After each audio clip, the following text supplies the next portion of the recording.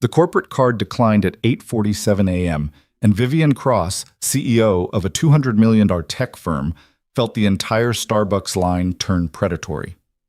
12 strangers watched her fumble through her wallet like a fraud, while a barista's finger hovered over the void button. Then a security guard in a faded uniform stepped forward, slid a crumpled 5 across the counter, and said quietly, "I've got it." She looked up into eyes that somehow recognized her panic without knowing her name. 3 seconds of strange, impossible familiarity.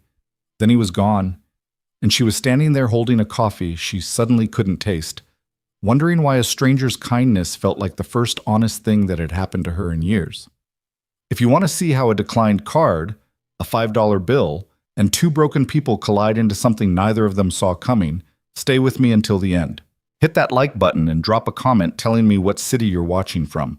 I want to see how far this story travels. The morning Vivian Cross's life tilted off its axis started the way most Mondays did, sharp, precise, and unforgiving. She left her penthouse at 7:15 a.m., heels clicking against marble like a metronome set to ambition. Her reflection in the elevator's polished doors showed exactly what she'd designed. Tailored charcoal suit, hair pulled into a knot so tight it could cut glass, and a face that had learned to wear authority the way other women wore jewelry. At 34, she'd built Apex Nova from a scrappy startup into a security tech empire, and she'd done it by making herself smaller in all the ways that didn't matter and larger in all the ways that did. The town car idled at the curb. Her driver, Marcus, had the Wall Street Journal already folded on the back seat beside a thermos of black coffee she wouldn't drink. She never drank it. But it was there every morning, part of the choreography that made her life look seamless from the outside. "Starbucks on 5th, she said, already scrolling through emails on her phone. "Then the office." Marcus nodded. He'd worked for her for 3 years and had never asked a personal question. She appreciated that more than he'd ever know. The Starbucks was packed, a Monday morning stampede of suits and sneakers, everyone performing their own version of urgency. Vivian joined the line with her phone still glowing in her hand, half reading a pitch deck from a vendor who clearly hadn't done his homework. She was composing a polite rejection in her head when she reached the counter. "Grande Americano, extra shot, room for cream." The barista nodded, rang it up. "That'll be $4.73. Vivian reached for her wallet, pulled out her corporate card, the black one with her name embossed in silver, and handed it over without looking up. The card reader beeped. Once, twice. The barista's voice carried an apologetic edge. "It's saying declined." "Do you have another one?" Vivian's head snapped up. "That's not possible. Run it again."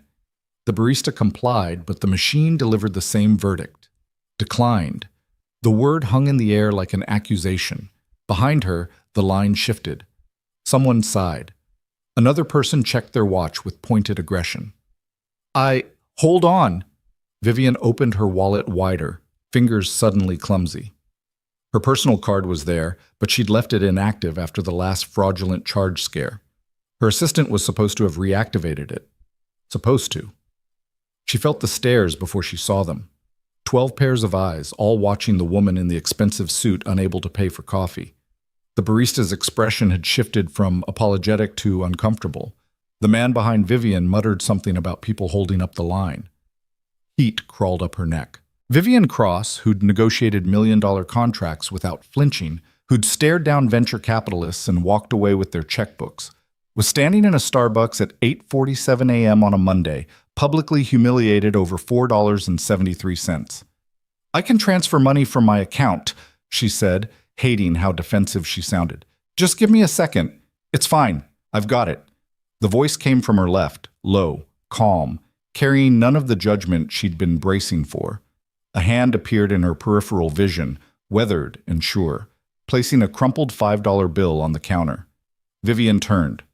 The man was tall, maybe 6'1", wearing a security guard uniform that had seen better days. The navy fabric was faded at the shoulders, the company patch slightly frayed at the edges. But his posture was solid, his expression steady, and his eyes, dark brown, tired but kind, met hers without pity.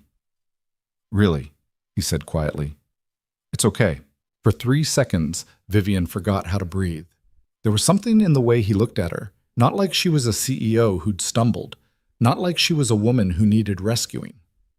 He looked at her like he recognized something, some private war she'd been fighting, some exhaustion she'd learned to hide behind caffeine and spreadsheets. Like he'd stood in this exact spot before, in some version of his own life, and knew what it cost to keep standing. "Thank you," she managed. The words felt inadequate. He nodded once, a small gesture that somehow felt like absolution, and stepped back toward the pickup area. The barista handed Vivian her coffee. The line moved on. The moment dissolved into the Monday morning rush. But Vivian stood there for 5 seconds longer than she needed to, holding a cup that suddenly felt heavier than it should, watching a stranger in a faded uniform disappear into the crowd. She didn't even know his name. Yeah. By 9:30 a.m., Vivian was back in her element. Her office occupied the northwest corner of the Apex Nova Tower, all glass and steel and views that made visitors forget what they'd come to say. She had back-to-back meetings scheduled until 6, a product launch to finalize, and a board presentation to polish. The Starbucks incident had already receded into the background static of her day. Embarrassing, sure, but ultimately irrelevant. She was reviewing Q3 projections when her assistant, Miranda, knocked and entered with a stack of folders. "HR needs your signature on the final rejection letters," Miranda said, setting them on the desk. "They've already sent the soft no's, but these are the formal declines for the senior positions." Vivian nodded absently, reaching for her pen. She trusted her HR director, Camille, to handle recruitment with the same precision she applied to everything else. If these candidates had made it to her desk for final sign-off, it meant they'd been thoroughly vetted and found wanting. She flipped open the first folder. Standard rejection, overqualified for the role, likely to leave within a year. She signed. The second folder. Underqualified, lacked necessary certifications. Signed. The third folder made her pause. The name was typed in neat sans serif at the top of the resume. Ethan Parker. She didn't know why it caught her attention. The credentials were solid. Degree in electrical engineering from NYU, 8 years at a mid-sized security firm, certifications in network architecture and threat assessment. But then came the gap. 3 years with no employment history, followed by a return to work in a drastically reduced capacity. Currently employed as a security guard at a commercial property management company. Camille's notes were clipped to the back. Overqualified on paper, but the employment gap raises red flags. No clear explanation provided during screening. Inconsistent career trajectory suggests reliability issues. Recommend decline. Vivian's pen hovered over the signature line. 3 years. That was a long time to be out of the industry. Long enough for skills to atrophy, for networks to dissolve, for ambition to curdle into something else. Camille was right to be cautious. Apex Nova couldn't afford to take risks on people who might flake, who might bring personal chaos into a high-pressure environment. She should sign it, move on, let HR send the form letter and close the file. But something made her flip back to the resume. There was a reference section at the bottom. 2 names, both from his previous employer. She pulled up her laptop, typed the first name into LinkedIn. David Chen, Director of Security Operations. Still at the same firm Ethan had left. On impulse, and Vivian rarely acted on impulse, she picked up her phone and dialed the number listed. 3 rings. David Chen. "Mr. Chen, this is Vivian Cross, CEO of Apex Nova. I'm calling about a reference for Ethan Parker. He listed you as a contact." There was a pause, and then Chen's voice warmed considerably. "Ethan. God, I haven't talked to him in a while. Is he applying with you?" "He did. We're in the final stages of evaluation." "Then hire him." Chen said it without hesitation. "Hire him today if you can." Vivian sat up straighter. "His resume shows a 3-year gap in employment. Can you speak to that?" The warmth in Chen's voice shifted into something heavier. "Yeah, I can. Look, I don't know how much Ethan told you, but 3 years ago he lost his wife and daughter in a car accident. Drunk driver, wrong place, wrong time. His son survived, but he was in the hospital for months. Ethan took leave to be with him, and when the dust settled, he couldn't come back. Not to the same role. Not to the same life." Vivian's hand tightened on the phone. "I didn't know." Most people don't. Ethan doesn't talk about it. But I'll tell you this. Before the accident, he was the best engineer I ever worked with. Sharp, innovative, the kind of guy who saw problems 3 steps before anyone else. And after? He's still that guy. He's just also a single dad trying to keep his kid alive and himself functional. If you're worried about reliability, don't be. Ethan Parker is the most reliable person I know. He just has different priorities now. Vivian was quiet for a moment. Why did he leave your company? Because we couldn't give him the flexibility he needed. We tried, but the role required travel, late nights, unpredictable hours. He needed structure. He needed to be able to pick his kid up from school, be home for dinner, show up when it mattered. So he left. Took a job that pays a fraction of what he's worth because it lets him be the dad his son needs. And you'd recommend him? Without reservation. If you can meet him halfway, if you can give him the space to be both things, you'll get someone who'll build you something extraordinary. But if you're looking for someone who'll put the company first, always, no matter what, Chen's voice softened, then he's not your guy, and honestly, you don't deserve him. The line went quiet. Thank you for your time, Mr. Chen. Ms. Cross? If you do hire him, tell him David says hi, and tell him he's still got a standing invitation to grab a beer whenever he's ready. I will. Vivian ended the call and sat back in her chair, staring at the rejection letter that still needed her signature. 3 years. Not a gap. A grief. She thought about the man in the Starbucks, the calm way he'd stepped forward, the kindness that had cost him nothing and meant everything. She thought about the way he'd looked at her, like he understood what it meant to stand in a room full of strangers and feel completely alone. And she thought about Camille's note, reliability issues. Slowly, deliberately, Vivian picked up her phone and dialed HR. Camille, it's Vivian. Pull the rejection for Ethan Parker. I want to meet with him personally. There was a surprised pause. The security guard? The engineer, Vivian corrected. Schedule him for tomorrow afternoon. Clear my calendar if you need to. Vivian, I really think tomorrow, Camille, and send him the senior-level interview packet, not the standard screening. She hung up before her HR director could argue. For the first time all day, Vivian felt something close to certainty. Yeah, Ethan Parker was not having a good week. Monday had started rough, covering a double shift because Jenkins called in sick again, and it had only gotten stranger from there.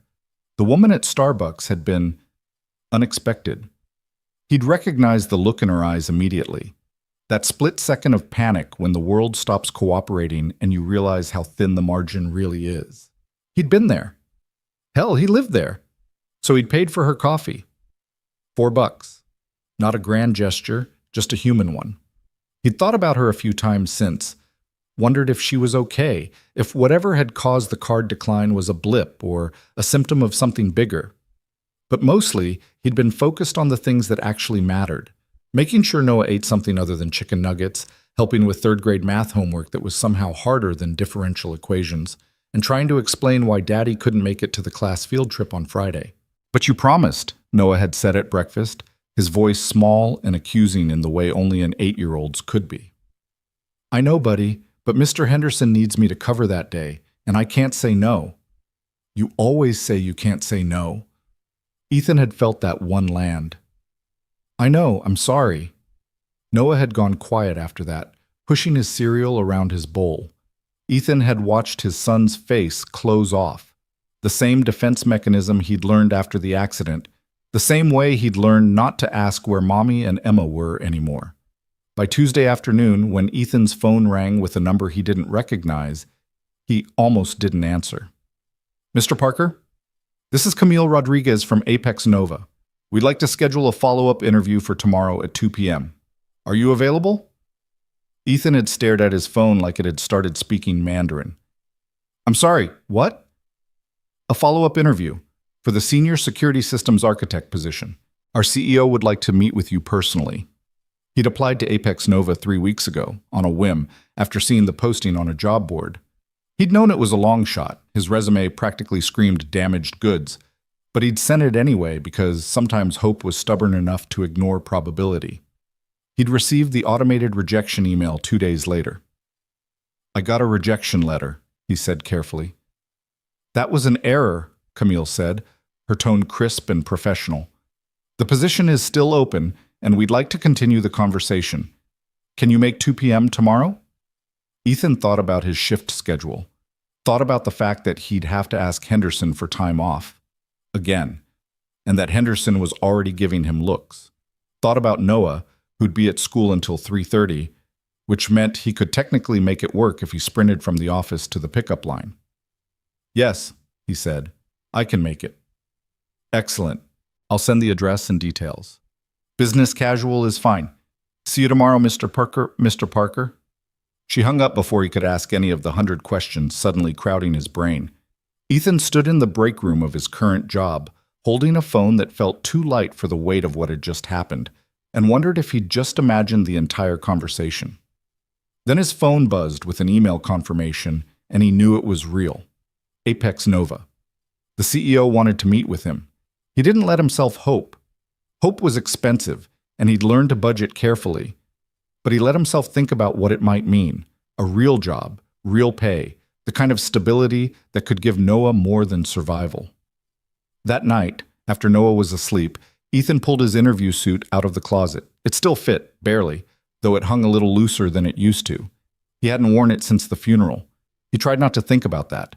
Instead, he focused on ironing the shirt, shining the shoes, and rehearsing answers to questions he hoped they'd ask. And he tried very hard not to think about the woman in the Starbucks, or the strange familiarity in her eyes, or the fact that tomorrow he'd be walking into her company asking for a second chance he probably didn't deserve. Vivian arrived at the office at 6:45 a.m. on Wednesday, which meant she had 7 hours to prepare for the interview that had consumed her thoughts for the last 36 hours. She'd done her homework. After speaking with David Chen, she'd called the second reference, a project manager named Lisa Tran, who'd worked with Ethan on a major infrastructure overhaul. Tran had been even more effusive than Chen, describing Ethan as the guy who made impossible timelines possible and the only engineer I ever trusted to tell me the truth, even when it hurt. Vivian had also done something she rarely did. She'd pulled up news archives. The accident was public record. 3 years ago, almost to the day. Catherine Parker, age 32, and Emma Parker, age 5, killed instantly when a drunk driver ran a red light on the FDR Drive. Noah Parker, age 5, critical condition, survived after 2 months in intensive care. Ethan Parker, husband and father, listed as next of kin. There were photos, a GoFundMe page that had raised $30,000 for medical bills, a brief obituary in the local paper. Vivian had closed her laptop after reading it, feeling like she'd trespassed somewhere she didn't belong, but it had also clarified something. Camille's reliability issues weren't about work ethic or commitment. They were about a man who'd had his life shattered and had made the radical choice to prioritize the pieces that remained. And Vivian, who'd spent a decade prioritizing everything except the pieces that mattered, found herself wondering what that kind of courage actually looked like up close. At 1:55 p.m., Miranda buzzed her office. Mr. Parker is here. Send him in. Vivian stood, smoothing her skirt, and moved from behind her desk to the small conference table by the window.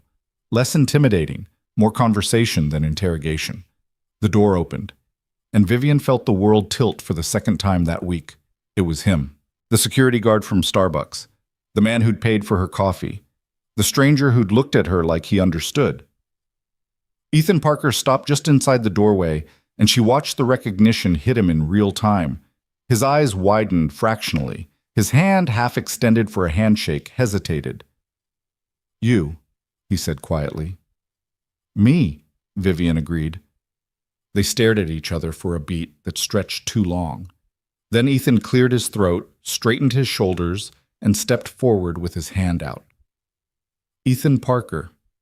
Thank you for meeting with me, Ms. Cross. His voice was steady, professional, but Vivian caught the question underneath. Did you know it was me?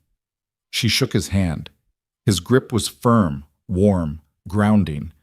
Please, sit, and thank you for coming on short notice. They sat across from each other, the window framing Manhattan behind them like a promise neither of them had asked for. Vivian folded her hands on the table and met his eyes. I'll be honest, Mr. Parker. I didn't know it was you until just now, but I'm glad it is. Ethan's expression shifted, surprise, maybe, or wariness. Why? Because I owe you $4.73, she said, and because I've spent the last 2 days wondering if the man who helped a stranger in a coffee shop is the same man my company was stupid enough to reject. A smile ghosted across his face, brief and real. And I'd like to unreject you if you're willing to hear me out. Ethan leaned back in his chair, and for the first time since he'd walked in, some of the tension left his shoulders. I'm listening. Vivian took a breath. This was the part she'd rehearsed, the part where she was supposed to stay professional, ask the standard questions, evaluate his technical skills and cultural fit. But looking at him now, this man who'd rebuilt a life from wreckage and still had the capacity to be kind to strangers, she found herself throwing out the script. I read about the accident, she said quietly. I know about the gap in your resume, and I know my HR director flagged you as a risk.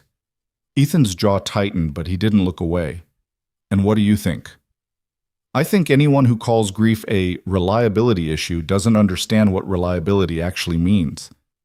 Something in Ethan's expression cracked open. Just a fraction. Just enough for Vivian to see the exhaustion underneath. I can't work 60-hour weeks, he said, his voice steady but edged with something harder. I can't travel on short notice.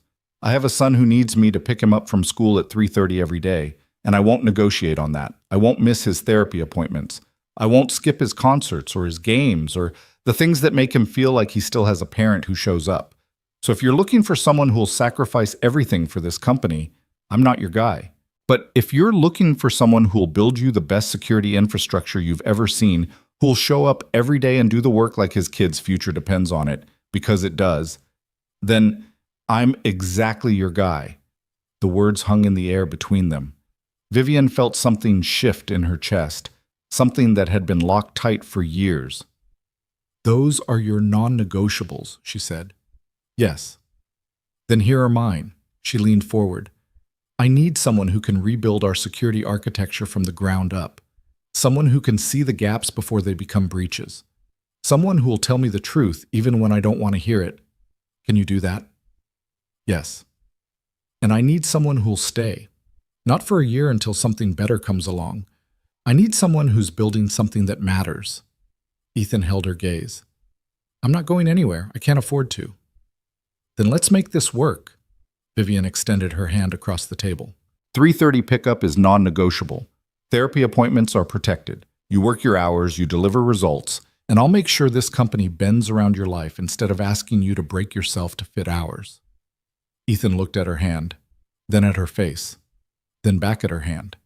And slowly, deliberately, he reached across and shook it. Deal. Vivian smiled, a real smile, the kind she hadn't felt in months. Welcome to Apex Nova, Mr. Parker.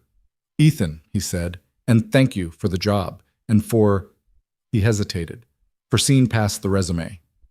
Thank you for the coffee, Vivian replied, and for reminding me that sometimes the best decisions don't come from spreadsheets. They sat there for a moment, hands still clasped, two strangers who weren't quite strangers anymore. Then Miranda buzzed the phone. Miss Cross, your 3 o'clock is here. Reality reasserted itself. Vivian released Ethan's hand and stood. Miranda will get you set up with HR for onboarding. Start date is Monday if that works for you. Ethan stood as well, already pulling out his phone to check his calendar. Monday works. I'll need to give 2 weeks' notice at my current job. Already handled, Vivian interrupted. We'll pay out your notice period. I want you here as soon as possible. He blinked. That's generous. That's strategic. We've got a product launch in 6 weeks, and I need your eyes on the system before we go live. She walked him to the door, then paused. Ethan? He turned. Your son, Noah, right? Ethan's expression shuddered slightly, protective. Yes. If he ever needs to come to the office after school, there's a quiet room on the 3rd floor with a couch and Wi-Fi. It's not a daycare, but it's yours if you need it. For a long moment, Ethan just looked at her, and Vivian saw something in his eyes that she recognized from the mirror, the shock of being seen as a whole person instead of a series of functions and failures. "Thank you," he said, and his voice carried a weight that had nothing to do with coffee or contracts. "See you Monday." Ethan left. Vivian stood by the window watching the city pulse below and thought about $5 bills and second chances and the strange mathematics of kindness. Her 3 o'clock was waiting, but for the first time in years, Vivian Cross felt like she'd already accomplished the most important thing on her calendar. Ethan's first day at Apex Nova started at 7:45 a.m., 15 minutes earlier than required, because showing up on time felt like showing up late when you were trying to prove you belonged. He'd dropped Noah at school with a promise to be there at pickup. "I swear, buddy, 3:30 sharp," and had arrived at the glass tower with his ID badge still warm from the printer and a stomach full of coffee and nerves. The elevator ride to the 8th floor felt like ascending into a different atmosphere, one where the air was thinner and everyone spoke in acronyms he'd have to relearn. Miranda met him at reception with a smile that seemed genuine and a stack of paperwork that seemed eternal. "Welcome aboard. Ms. Cross wanted me to get you settled before your orientation meeting at 9. "Orientation meeting?" "With her. She likes to do them personally for senior hires." Miranda led him through a maze of glass-walled offices and open workspaces that hummed with focused energy. "Your office is here. It's not huge, but it's yours." She opened a door to reveal a space that was, by Ethan's standards, enormous. A real desk, not a folding table. A window with an actual view. A chair that looked like it cost more than his monthly rent. "This is..." He set his bag down carefully, like the room might evaporate if he moved too fast. "This is great, thank you. Coffee station is down the hall. Bathrooms to the left. Your computer login is in the welcome packet. Any questions before I leave you to get settled?" "Yeah." Ethan turned to face her. "Why is she doing this?" Miranda tilted her head. "Doing what?" "The personal orientation, the office, the..." He gestured vaguely at the space that felt too good to be real. "All of it. I'm not exactly a typical hire." Miranda's expression softened into something that looked like understanding. "Ms. Cross doesn't do anything without a reason. But if you're asking whether she believes in you, the answer is yes. She doesn't waste her time on people she doesn't think can deliver." She paused at the door. "And for what it's worth, neither do I. Your reputation preceded you. David Chen called her personally after you were hired." "David called?" "Apparently to make sure we knew what we were getting. He was very complimentary." Miranda smiled. 9 a.m., conference room B. Don't be late." She left, and Ethan stood in his new office, staring out at a city that suddenly felt full of possibilities he'd stopped letting himself imagine. At 8:58, he knocked on the conference room door. "Come in." Vivian was already there, seated at the head of a table that could have accommodated 12, but currently held only 2 coffee cups and a single folder. She looked up from her laptop, and something in her expression eased when she saw him. "Right on time. Good. Sit." Ethan sat, and she slid one of the coffee cups toward him. "Americano, extra shot, room for cream. I took a guess." He blinked. "You remembered." "I remember everything that matters." She closed her laptop, giving him her full attention. "How's Noah handling the transition?" The question caught him off guard. In 3 years of working security, exactly one person had ever asked about his son, and that had been Henderson, who'd immediately followed it up with a complaint about coverage. "He's okay," Ethan said carefully. "Nervous. He doesn't love change." "Understandable. Is he still in therapy?" "Twice a week, Tuesdays and Thursdays at 4:30. Vivian made a note on her phone. "Then we'll make sure you're out of here by 4 on those days. No exceptions, no guilt trips, no last-minute emergencies that aren't actually emergencies." Ethan felt something loosen in his chest. "You mean that?" "I don't say things I don't mean. It's inefficient." She opened the folder and pulled out a document. "This is your roadmap for the first 90 days. I need you to audit our entire security infrastructure, hardware, software, personnel protocols, everything. Treat it like you're trying to break in. Find every gap, every vulnerability, every place where we're lying to ourselves about how safe we are." He scanned the document. It was comprehensive, aggressive, and exactly the kind of challenge that made his brain light up. "This is a 6-month project." "Then you have 3 months to prove me wrong about your timeline." She leaned back, studying him. I'm not hiring you to maintain what we have, Ethan. I'm hiring you to build what we need. And what we need is a system so tight that our clients stop asking questions and start writing checks. No pressure. Immense pressure. But you wouldn't have taken the job if you wanted easy. She paused. David Chen told me you're the best he ever worked with. Lisa Tran said you made impossible timelines possible. So here's an impossible timeline. Surprise me. Ethan met her eyes, and for the first time since the accident, he felt the old spark. The part of him that had loved solving puzzles that made other people quit. I'll need direct access to the development team, and I'll need veto power on any security decisions until the audit is complete. Done. What else? Transparency. If something's broken, I need to be able to say it's broken, even if it's expensive or embarrassing to fix. Vivian's smile was sharp and approving. Especially if it's expensive or embarrassing, I didn't hire you to tell me what I want to hear. Then we're going to get along fine. Good, because in 6 weeks we're launching a new enterprise product, and I need to know if we're selling security or just the idea of it. She stood, extending her hand. Welcome to the team, Ethan. Try not to make me regret this. He shook her hand, feeling the strength in her grip. I'll do my best. Your best is why you're here. The next 4 weeks passed in a blur of code reviews, hardware assessments, and meetings with developers who ranged from grateful for his input to defensive about their work. Ethan approached it all with the same methodical intensity, documenting everything, asking questions that made people uncomfortable, and building a picture of Apex Nova's security that was far messier than anyone wanted to admit. He also discovered that Vivian hadn't been exaggerating about the pressure. The enterprise product, a cloud-based security platform called Sentinel, was scheduled to launch at a major industry conference in 2 weeks, with 3 Fortune 500 companies already signed on as early adopters. The entire company was betting on it. Marketing had spent millions, sales had made promises, and the system, as far as Ethan could tell, had at least 4 critical vulnerabilities that could be exploited by anyone with intermediate hacking skills and a weekend to spare. On a Wednesday afternoon, 3 weeks into his tenure, Ethan walked into Vivian's office without knocking. She looked up from a call, saw his expression, and immediately said into her phone, "I'll call you back." She hung up. "What's wrong?" "Sentinel can't launch." Vivian went very still. "Explain." Ethan pulled up his laptop, turned it toward her, and walked her through the problems.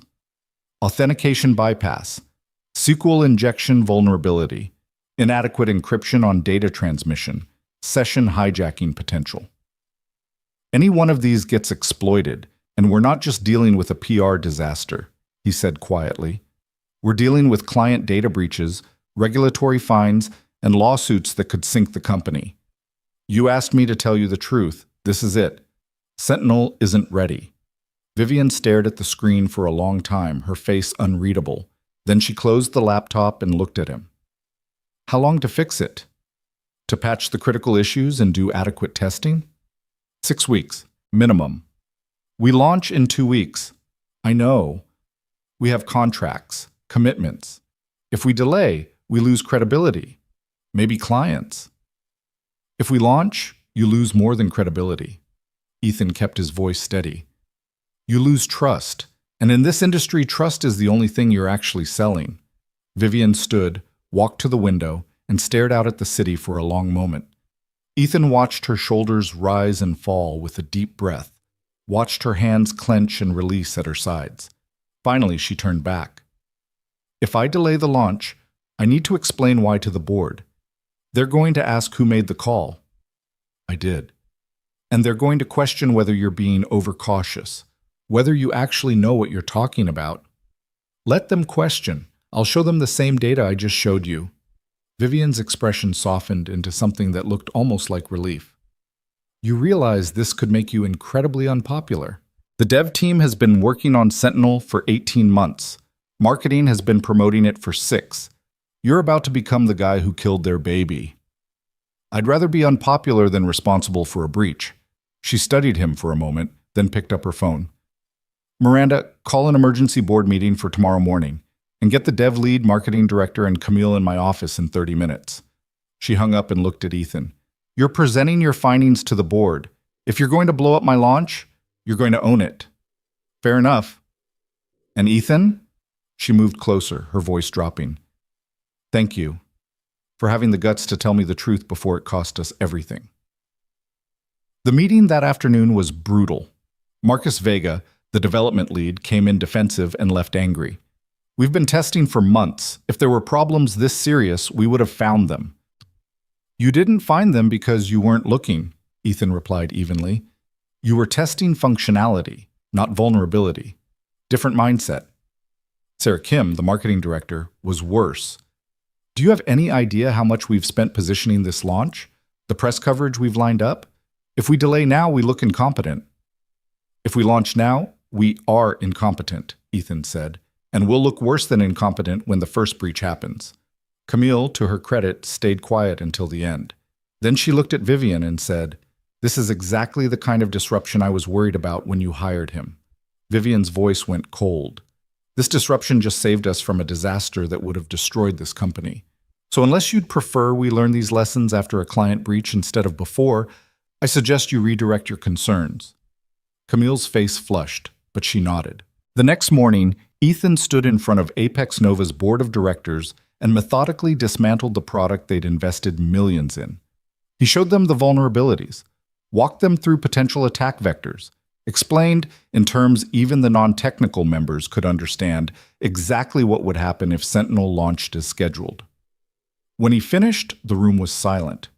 Then Graham Winters, the board chairman, leaned forward. Mr. Parker, what's your recommendation? Delay the launch by 6 weeks. Fix the critical vulnerabilities. Conduct proper penetration testing. Launch when we can stand behind the product, not just the marketing. And if clients walk because of the delay, then they walk. But they'll come back when we deliver something that actually works. If we launch now and it fails, they'll never come back. Winters looked at Vivian. Your call. Vivian didn't hesitate.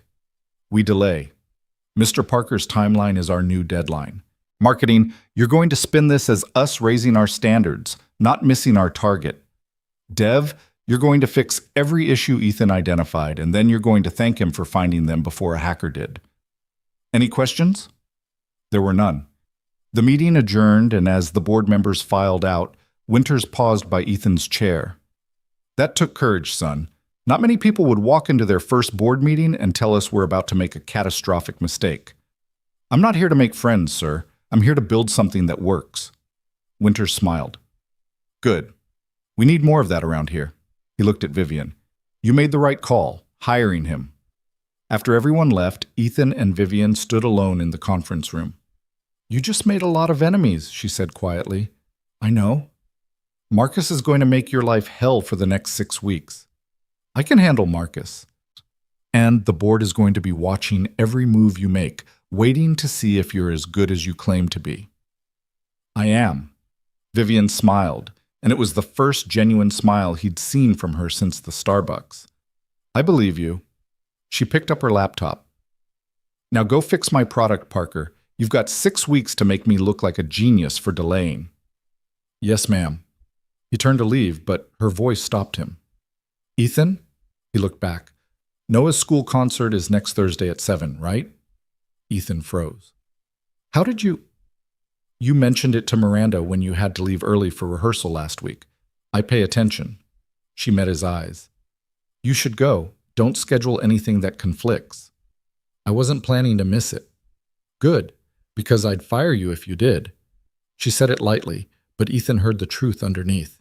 This wasn't just permission. It was expectation. Thank you, he said, and meant it for more than just the concert. That night, Ethan got home at 5:45, early enough to make dinner, help with homework, and actually hear about Noah's day instead of just asking about it. Dad?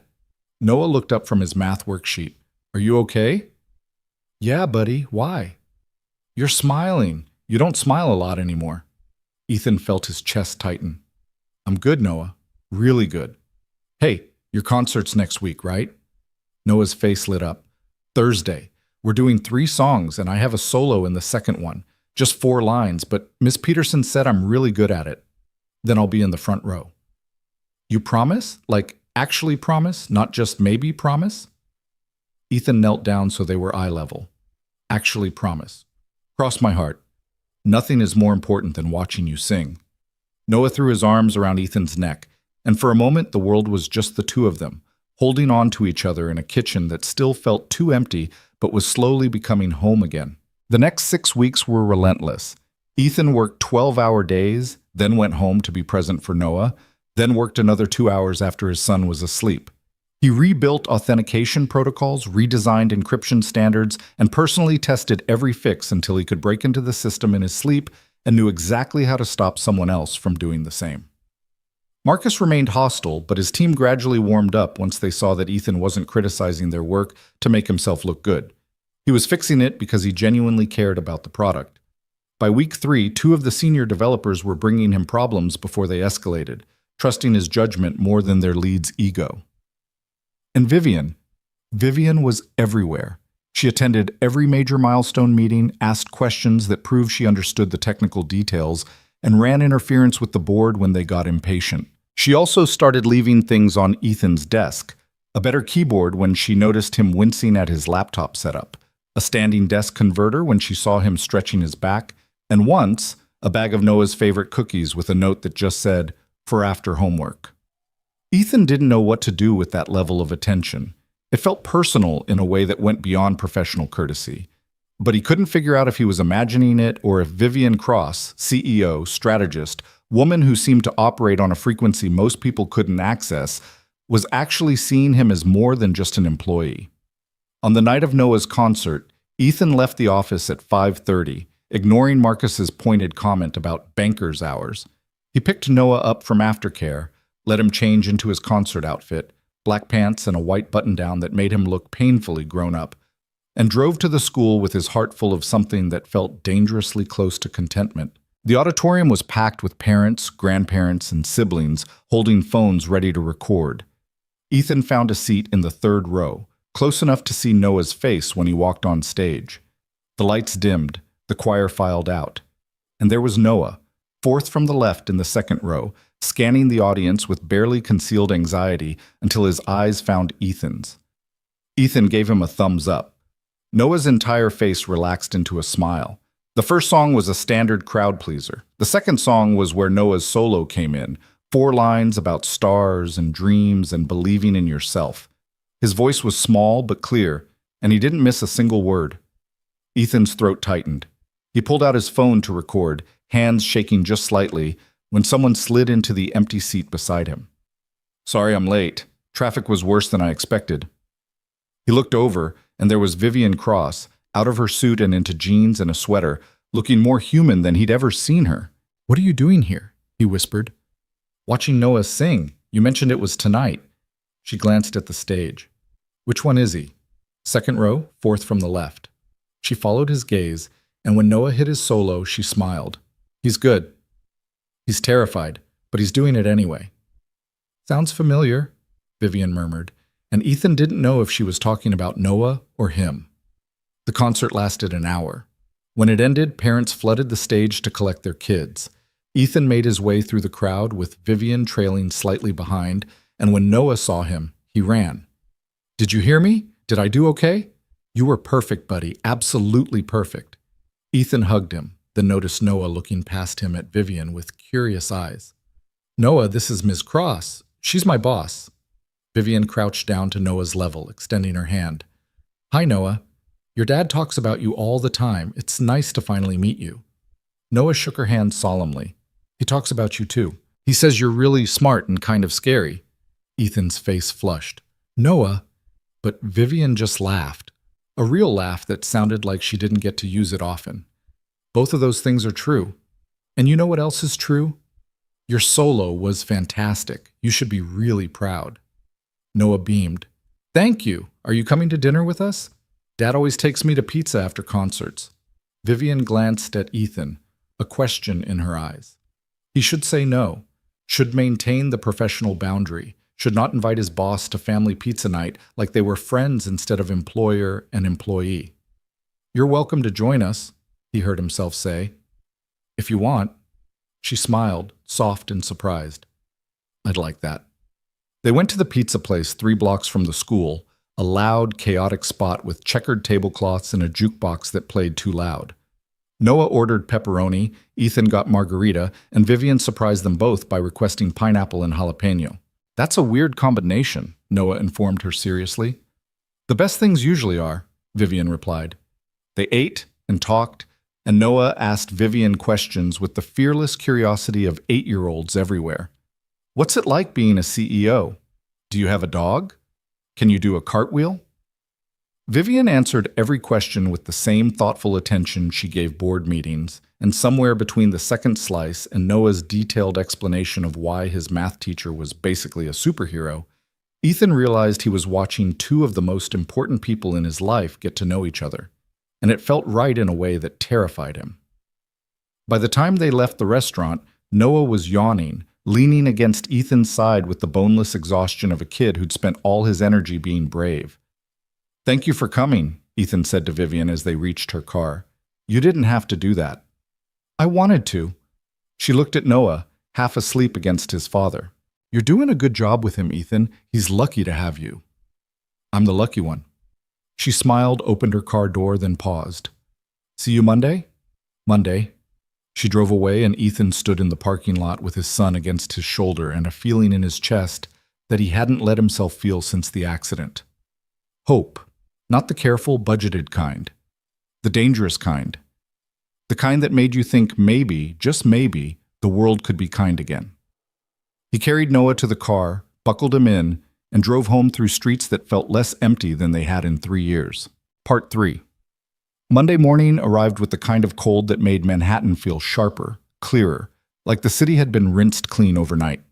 Ethan dropped Noah at school with their usual routine, backpack check, lunch reminder, promised to be on time for pickup. But something had shifted.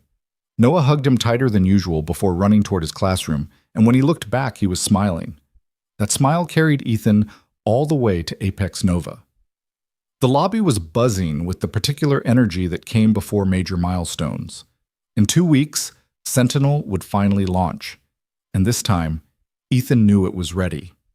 The vulnerabilities had been patched, the systems tested and retested, and the development team had grudgingly admitted that his changes had made the product not just functional, but exceptional.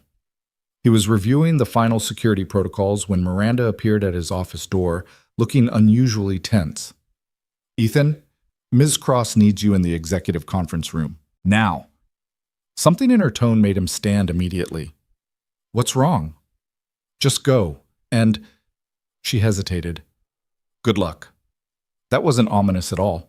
The executive conference room was on the top floor, a space Ethan had only been in twice, once for his board presentation, once for a project update.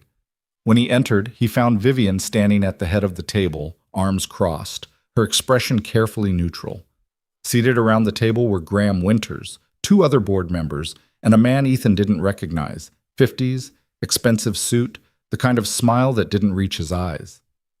"Mr. Parker," Winters said, "thank you for joining us. Please, sit." Ethan sat, his instincts screaming that this was a trap, but he couldn't see the shape of it yet. The stranger leaned forward, extending his hand across the table. "Ethan Parker, I've heard a lot about you. Richard Caldwell, managing partner at Vanguard Capital. We're one of Apex Nova's largest investors." Ethan shook his hand, noting the grip that lasted a fraction too long, the assessment in Caldwell's eyes. "Nice to meet you." "Richard wanted to sit in on our pre-launch review," Vivian said, her voice perfectly professional but her eyes warning Ethan of something he couldn't quite read. "He's been following the Sentinel development closely." "Very closely," Caldwell agreed, settling back in his chair. "Especially given the significant delay you recommended, Mr. Parker. A delay that cost us 6 weeks of revenue and considerable market momentum." There it was. The trap. "The delay ensured we're launching a secure product instead of a liability," Ethan replied evenly. "I stand by that decision." "Of course you do. You made it."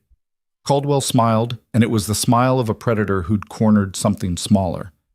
"But I have to wonder, and the board has been wondering as well, whether that decision was based on genuine security concerns or on overcaution from someone who's been out of the industry for a while." The room went very quiet. Ethan felt the blood drain from his face, but his voice stayed steady. The vulnerabilities were documented. The board saw the same data you did. Data provided by you, data interpreted through your lens, and your lens, Mr. Parker, has been shaped by some very difficult personal circumstances. Caldwell pulled out a folder, opened it with theatrical precision. 3 years out of engineering work.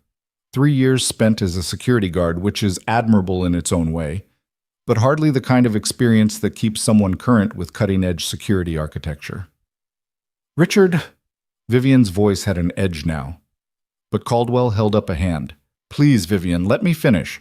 I'm not questioning Mr. Parker's intentions. I'm sure he believed he was acting in the company's best interest. But belief and capability aren't the same thing.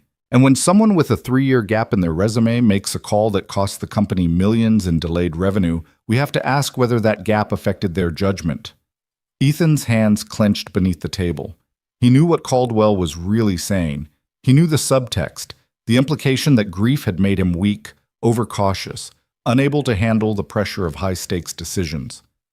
The vulnerabilities were real, Ethan said quietly. Would you like me to demonstrate them for you?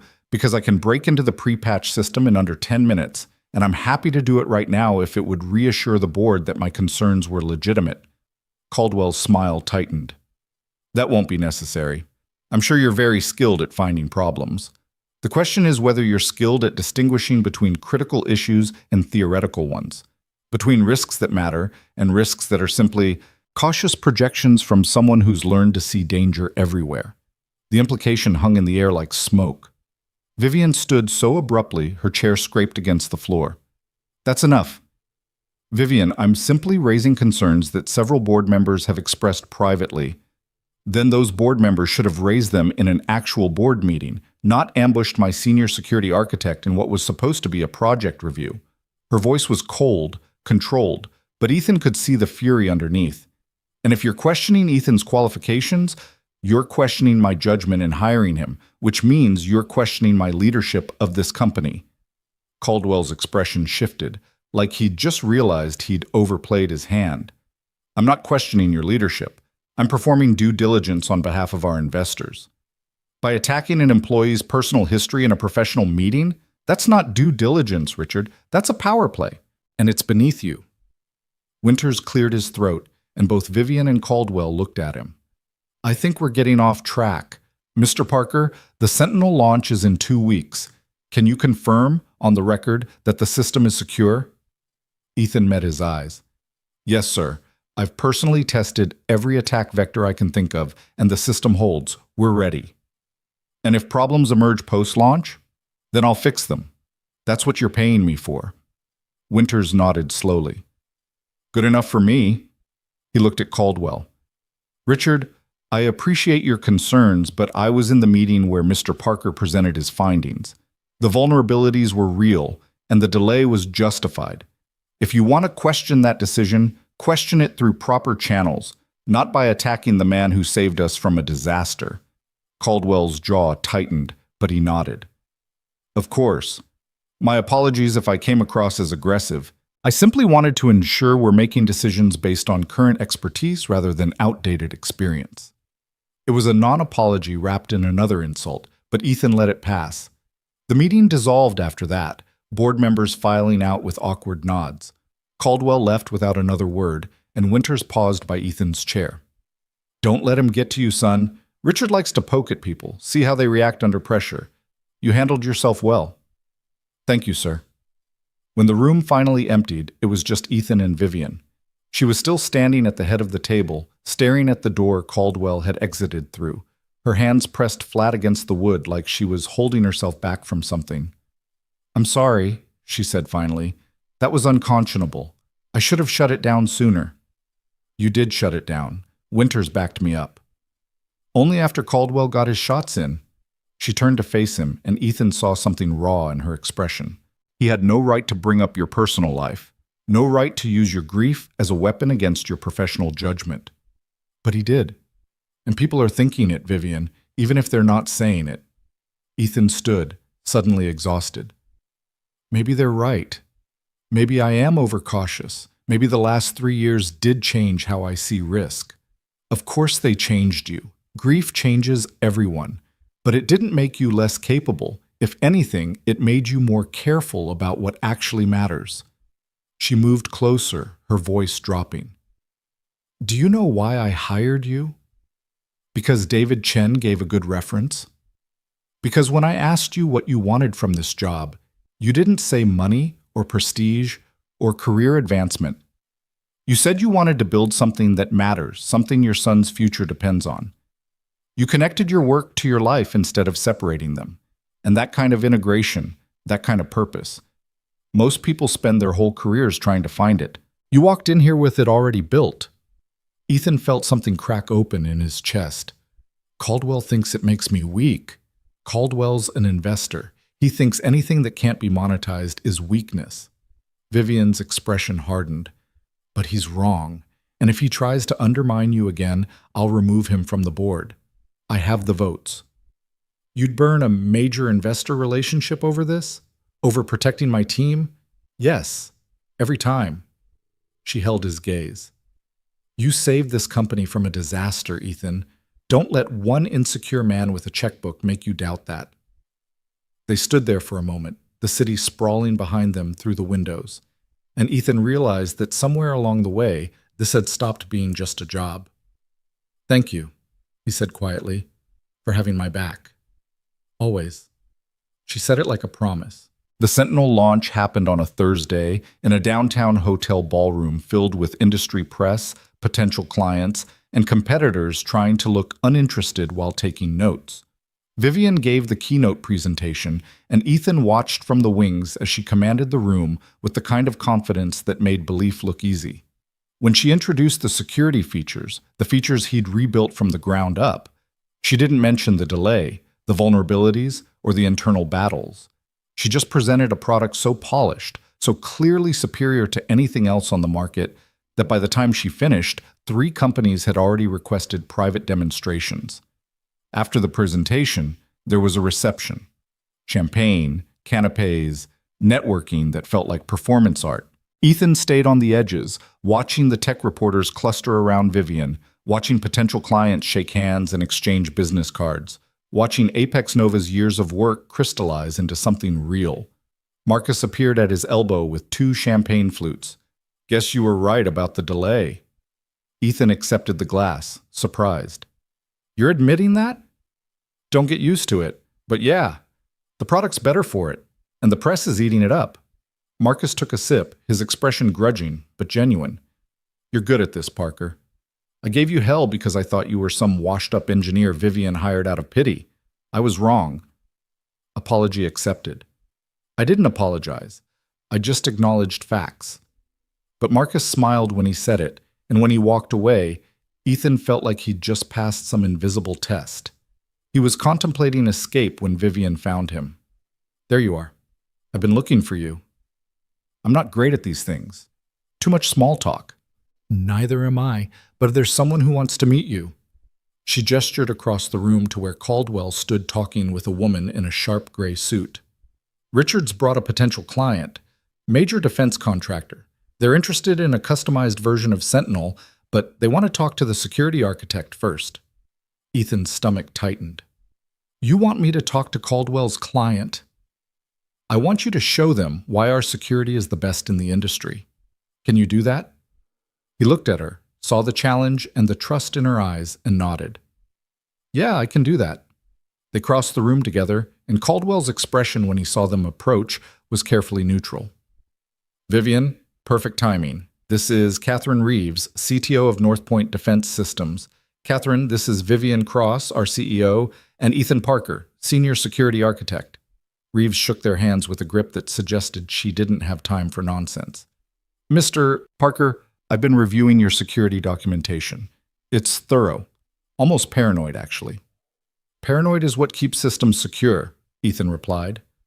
What specific concerns does Northpoint have? For the next 20 minutes, Reeves threw questions at him. Technical, detailed, the kind that separated people who knew security from people who just talked about it. Ethan answered each one without hesitation, walking her through encryption protocols, authentication hierarchies, and fail-safe mechanisms with the kind of clarity that came from having built every piece himself. Caldwell watched the entire exchange with an expression that grew increasingly tight. Finally, Reeves nodded. "I'm impressed, Mr. Parker. Richard mentioned you were relatively new to the position, but your expertise is evident. I'd like to schedule a follow-up meeting to discuss customization options." "Happy to arrange that," Vivian said smoothly. Reeves smiled, shook their hands again, and moved toward the bar. Caldwell waited until she was out of earshot, then looked at Ethan with something that might have been respect or might have been resentment. "Well done. You certainly know your material. Thank you. Though I have to say, that level of detail is unusual for someone who's only been with the company a few months. You must have put in considerable hours." There it was again. The implication, the subtle dig suggesting Ethan had something to prove, some deficit to overcome. "I put in the hours necessary to do the job right," Ethan said evenly. "Same as anyone else." "Of course. Though I imagine it's challenging balancing those hours with personal obligations. Single parenthood and all." Caldwell's smile was thin. "I hope it's sustainable long term." Vivian's voice cut in before Ethan could respond. "Richard, if you're concerned about work-life balance at Apex Nova, I'm happy to discuss our company culture." But implying that Ethan's commitment to his son somehow compromises his professional capabilities is both inaccurate and inappropriate. "I'm simply expressing concern. Then express it through proper channels, not passive-aggressive commentary disguised as small talk." She moved fractionally closer to Ethan, a physical statement of alliance. "And for the record, Ethan's results speak louder than your concerns. North Point just committed to a follow-up meeting based on his expertise. That's what matters." Caldwell's jaw worked for a moment, then he nodded stiffly. "Of course. My apologies if I overstepped." He walked away without another word. Ethan let out a breath he hadn't realized he'd been holding. Does he ever quit? Not until he gets what he wants, and what he wants is leverage. Vivian's expression was grim. "He's been trying to position himself for more board influence ever since we delayed Sentinel. Tonight was about testing you, seeing if he could rattle you enough to make you look incompetent in front of a major client. He failed. Spectacularly.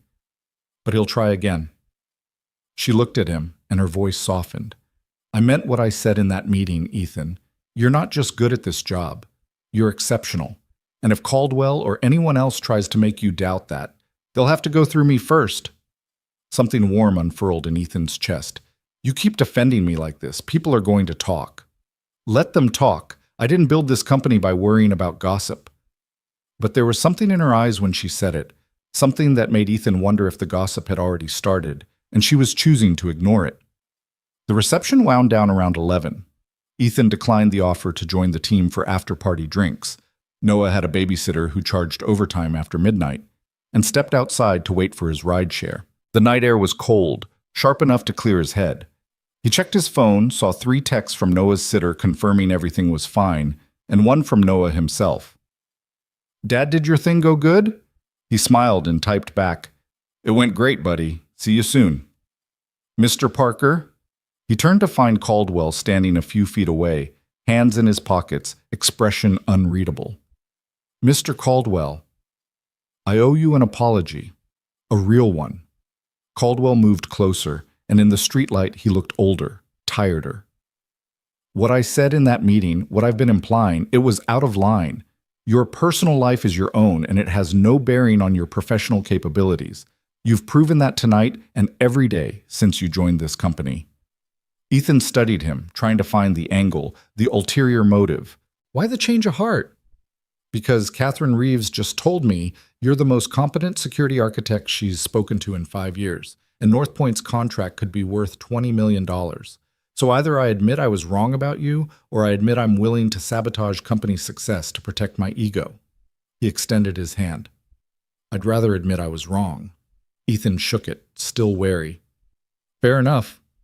For what it's worth, I lost my brother a few years ago. Car accident, similar to what you went through.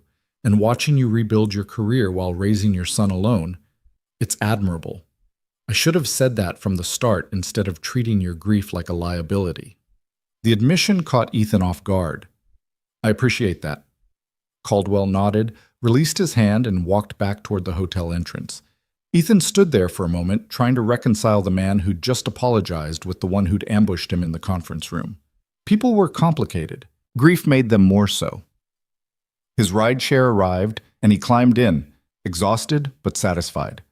But halfway home, his phone rang. Vivian's name on the screen. "Hey, everything okay? Are you still downtown?" Her voice sounded strange, tight. "On my way home." "Why?" "Turn around, come back to the hotel. I need you."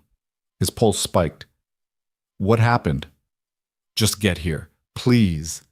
She hung up, and Ethan leaned forward to redirect the driver, his mind racing through possibilities. Security breach, client emergency, something with the launch. When he arrived back at the hotel, Vivian was waiting in the lobby, still in her presentation outfit, but with her composure visibly cracked. She grabbed his arm the moment he walked in. "Thank God. Come with me." She pulled him toward the elevators, hit the button for the 5th floor, and didn't speak until the doors closed. "2 reporters from Tech Daily cornered me after you left. They're running a story tomorrow about Apex Nova's hiring practices. Specifically about how we hired a security guard with a 3-year employment gap to lead our most critical project." Ethan's blood went cold. "Caldwell. Has to be. The information they had was too specific. Someone fed them your employment history, spun it as me making reckless hiring decisions based on personal bias rather than qualifications." The elevator dinged, and she led him down the hallway to a suite. "They're giving me until midnight to provide a statement. If I don't, they run the story as is, which will make us look incompetent right as we're trying to secure major clients." She unlocked the suite door, and Ethan followed her into a space that was clearly being used as a war room. Laptop open on the desk, coffee cups scattered everywhere, legal pads covered in notes. "What do you need from me?" he asked. "The truth. I need to know if you're okay with me fighting this publicly. Because if I push back, they'll dig deeper into your background, your accident, your family, everything. It'll all become public, and I won't do that without your permission." Ethan sat down on the couch, processing. "What's the alternative?" "I give them a bland statement about how we hire based on merit, let the story run, and hope it doesn't gain traction. But that leaves you vulnerable, leaves the company vulnerable, and it lets whoever leaked this get away with trying to sabotage you." "You think it's Caldwell?" "I know it is. He apologized to you tonight because he knew this was coming, wanted to look reasonable before the story broke." Her expression was furious. "He tried to undermine you in the meeting, failed, so he went to the press instead." Ethan thought about Noah, about the life they'd built in the careful privacy of grief. Thought about reporters calling his son's school, digging into medical records, turning their tragedy into a headline. Then he thought about Vivian, standing in front of a boardroom defending him. Thought about the job that had given him back his professional identity. Thought about building something that mattered. "What would your statement say?" Vivian grabbed a legal pad, scanned her notes. "That Ethan Parker is one of the most qualified security architects in the industry, that his experience and expertise directly contributed to Sentinel's success, and that any suggestion he was hired out of anything other than merit is baseless and offensive. I'd include quotes from Reeves, from the board, from anyone willing to go on record about your work. Make it impossible for them to frame this as charity. And my personal life? I don't mention it unless they do. If they bring up the accident, I pivot to professional accomplishments. If they push, I say your personal resilience is an asset, not a liability, and that companies should be hiring more people who understand what actually matters instead of chasing credentials on paper." Ethan looked at her. This woman who'd taken a risk on him when no one else would, who'd fought for him at every turn, who was standing in a hotel suite at midnight trying to protect him from professional assassination. "Do it," he said. "All of it. I'm not hiding anymore." Relief flooded her expression. "You're sure?" "I'm sure." "And Vivian?" He stood, moved closer. "Thank you for caring this much." "Of course I care. You're—" She stopped, and something shifted in her expression. "You're important to this company. To me." The air between them changed. Ethan felt it, the way you feel a storm building before the first drop of rain. "Vivian, I know, inappropriate. You work for me, there's a power dynamic, and this is the worst possible timing. She turned back to her laptop, fingers already flying over the keys. Forget I said that. Let me draft this statement. But Ethan didn't move. What if I don't want to forget it? Her hand stilled on the keyboard. Don't. Don't what? Don't say something that changes things unless you mean it, because I can't. Her voice cracked slightly. I can't afford to misread this, Ethan. I've built my entire life around being certain, around making decisions based on data instead of feelings. And right now I have no data, just this feeling that when you're in the room, I breathe easier, and I don't know what to do with that. Ethan crossed the space between them, and when he spoke, his voice was steady. I mean it. Every word. You make me feel like I'm more than just a single dad trying not to drown, like I'm actually someone who can build something good again. Vivian looked up at him, and her eyes were bright with something that looked like hope and fear mixed together. This could complicate everything. I know. The gossip will get worse. People will say I'm showing favoritism, that we're both compromised. Let them say it. And Noah would like you. Already does, actually. He asked if you were coming to pizza again. She laughed, a sound caught between joy and disbelief. You're serious about this. I haven't been serious about anything except Noah in 3 years. So, yes, I'm serious. For a long moment, they just looked at each other. Then Vivian saved her document, closed her laptop, and stood. Help me write this statement. Then, when we've handled the crisis and saved our reputations and proven that Caldwell's an ass, then we figure out what this is. Ethan smiled. Deal. They spent the next 2 hours crafting a response that was professional, pointed, and unassailable. By the time they sent it at 11:47 p.m., Ethan's eyes were burning and Vivian had consumed enough coffee to power a small city. The statement went live on Apex Nova's website at midnight, simultaneously sent to Tech Daily and every other major outlet. The next morning, the story ran. But instead of the hit piece Caldwell had clearly wanted, it became a profile of unconventional hiring success, featuring quotes from Reeves, Winters, and 2 other clients praising Ethan's work. Tech Daily's headline read, Apex Nova CEO proves merit beats resume gaps. Vivian forwarded it to Ethan with a single word, victory. He sent back, thank you, for all of it. Her response came 3 minutes later. Dinner, after we figure out what this is? Ethan stared at his phone, his heart doing something complicated and terrifying and hopeful. He typed back, yes, absolutely yes. The dinner didn't happen for 3 weeks, not because either of them changed their minds, but because the Sentinel launch triggered a cascade of client meetings, system integrations, and media interviews that consumed every spare hour Vivian had. Ethan, meanwhile, was managing the technical implementation for Northpoint's customization while simultaneously training 2 new security engineers and trying to maintain some semblance of normal life for Noah. They texted, though. Small things, mostly work-related, but with an undercurrent that felt like something else entirely. Vivian at 11 p.m. on a Tuesday. Northpoint wants to accelerate their timeline. Can we handle it? Ethan at 11:03. Yes, but you need to sleep. This is the 4th late message this week. Vivian at 11:04. You're texting back, so you're awake too. Ethan at 11:05. I have an excuse. 8-year-old had a nightmare. What's yours? Vivian at 11:07. Thinking about things I shouldn't be thinking about during work hours. Ethan stared at that message for a full minute before responding, same. The office gossip started around the 2-week mark, quiet at first but growing louder. Miranda mentioned it delicately one morning when she brought Ethan his coffee. Just so you're aware, people are talking about you and Ms. Cross. Ethan looked up from his screen. What are they saying? That she defended you pretty hard during the Tech Daily thing, that you two have been seen leaving the building together, that she's been smiling more. Miranda's expression was carefully neutral. I'm not saying any of it's bad, just that people notice. Noted. Thank you. After she left, Ethan sat back in his chair and wondered if this was what Vivian had meant about complications. The scrutiny, the assumptions, the way private choices became public speculation when you worked somewhere long enough. He texted her. Miranda says people are talking. Her response came immediately. Let them. unless it bothers you. No, just wanted you to know. I know. I have ears everywhere. Comes with the job. That night, Noah asked a question that caught Ethan completely off guard.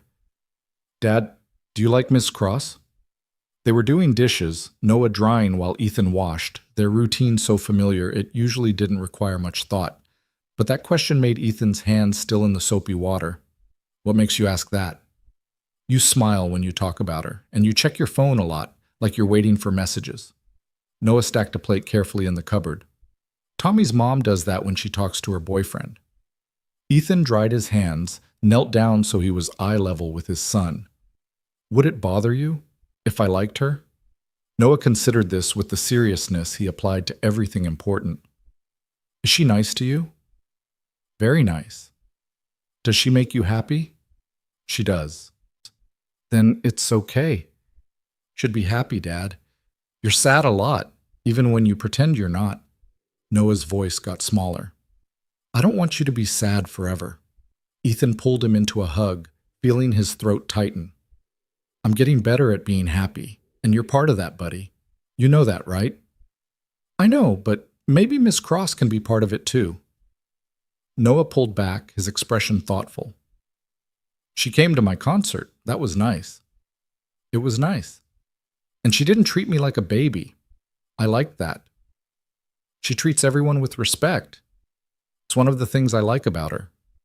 Noah nodded, satisfied. Okay, then you should take her on a date. That's what grown-ups do when they like each other.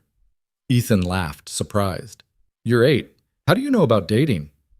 Tommy told me. His mom goes on dates all the time. Noah climbed back onto his step stool to reach the dishes. You should probably bring her flowers. Tommy says that's important. I'll keep that in mind. That weekend, Vivian finally found a gap in her schedule. She texted Ethan on Saturday morning, "Dinner tonight? If you can get a sitter." Ethan had already arranged for Mrs. Chen from downstairs to watch Noah. She'd been his backup sitter for over a year, and Noah adored her. He texted back, 7:00, and I'm told I should bring flowers. Who told you that? My 8-year-old relationship consultant. Her response was a laughing emoji followed by, smart kid. But flowers are optional. Just bring yourself. Ethan showed up at the restaurant at 6:55 with a small bouquet of wildflowers anyway, because Noah had been insistent and found Vivian already seated at a corner table. She was out of her usual armor of suits and heels, wearing a simple black dress and her hair down for the first time since he'd known her. She looked younger, softer, and when she saw him, her smile was genuine and unrehearsed. You brought flowers. I was under strict orders. Yeah. He handed them to her, suddenly feeling like a teenager on a first date. Noah said they were important. He's right. She set them on the table between them, and something about that small gesture, keeping them visible instead of asking the waiter to take them away, made Ethan's chest feel warm. They ordered wine, then dinner, and for the first 20 minutes they talked about work because it was safe and familiar. North Point's contract, the new hires, the next product iteration. But eventually, Vivian set down her glass and looked at him with an expression that was both nervous and determined. We're doing this wrong. Doing what wrong? This. We're two people who clearly care about each other, sitting in a restaurant talking about security protocols like we're in a board meeting. She leaned forward. Ask me something that has nothing to do with Apex Nova. Ethan smiled. Okay. Why did you become a CEO? Because I didn't want anyone else making decisions about my life. I watched my mother work for a company that undervalued her for 20 years, watched her swallow every dismissal and slight because she needed the paycheck. I decided I'd rather build something myself than spend my life asking permission to exist. She paused. Your turn. Why engineering? I like solving puzzles, still do, and I like the idea that there were right answers, clear solutions. Life was messy, but code wasn't. At least until the accident. After that, nothing felt clear anymore. Vivian's expression softened.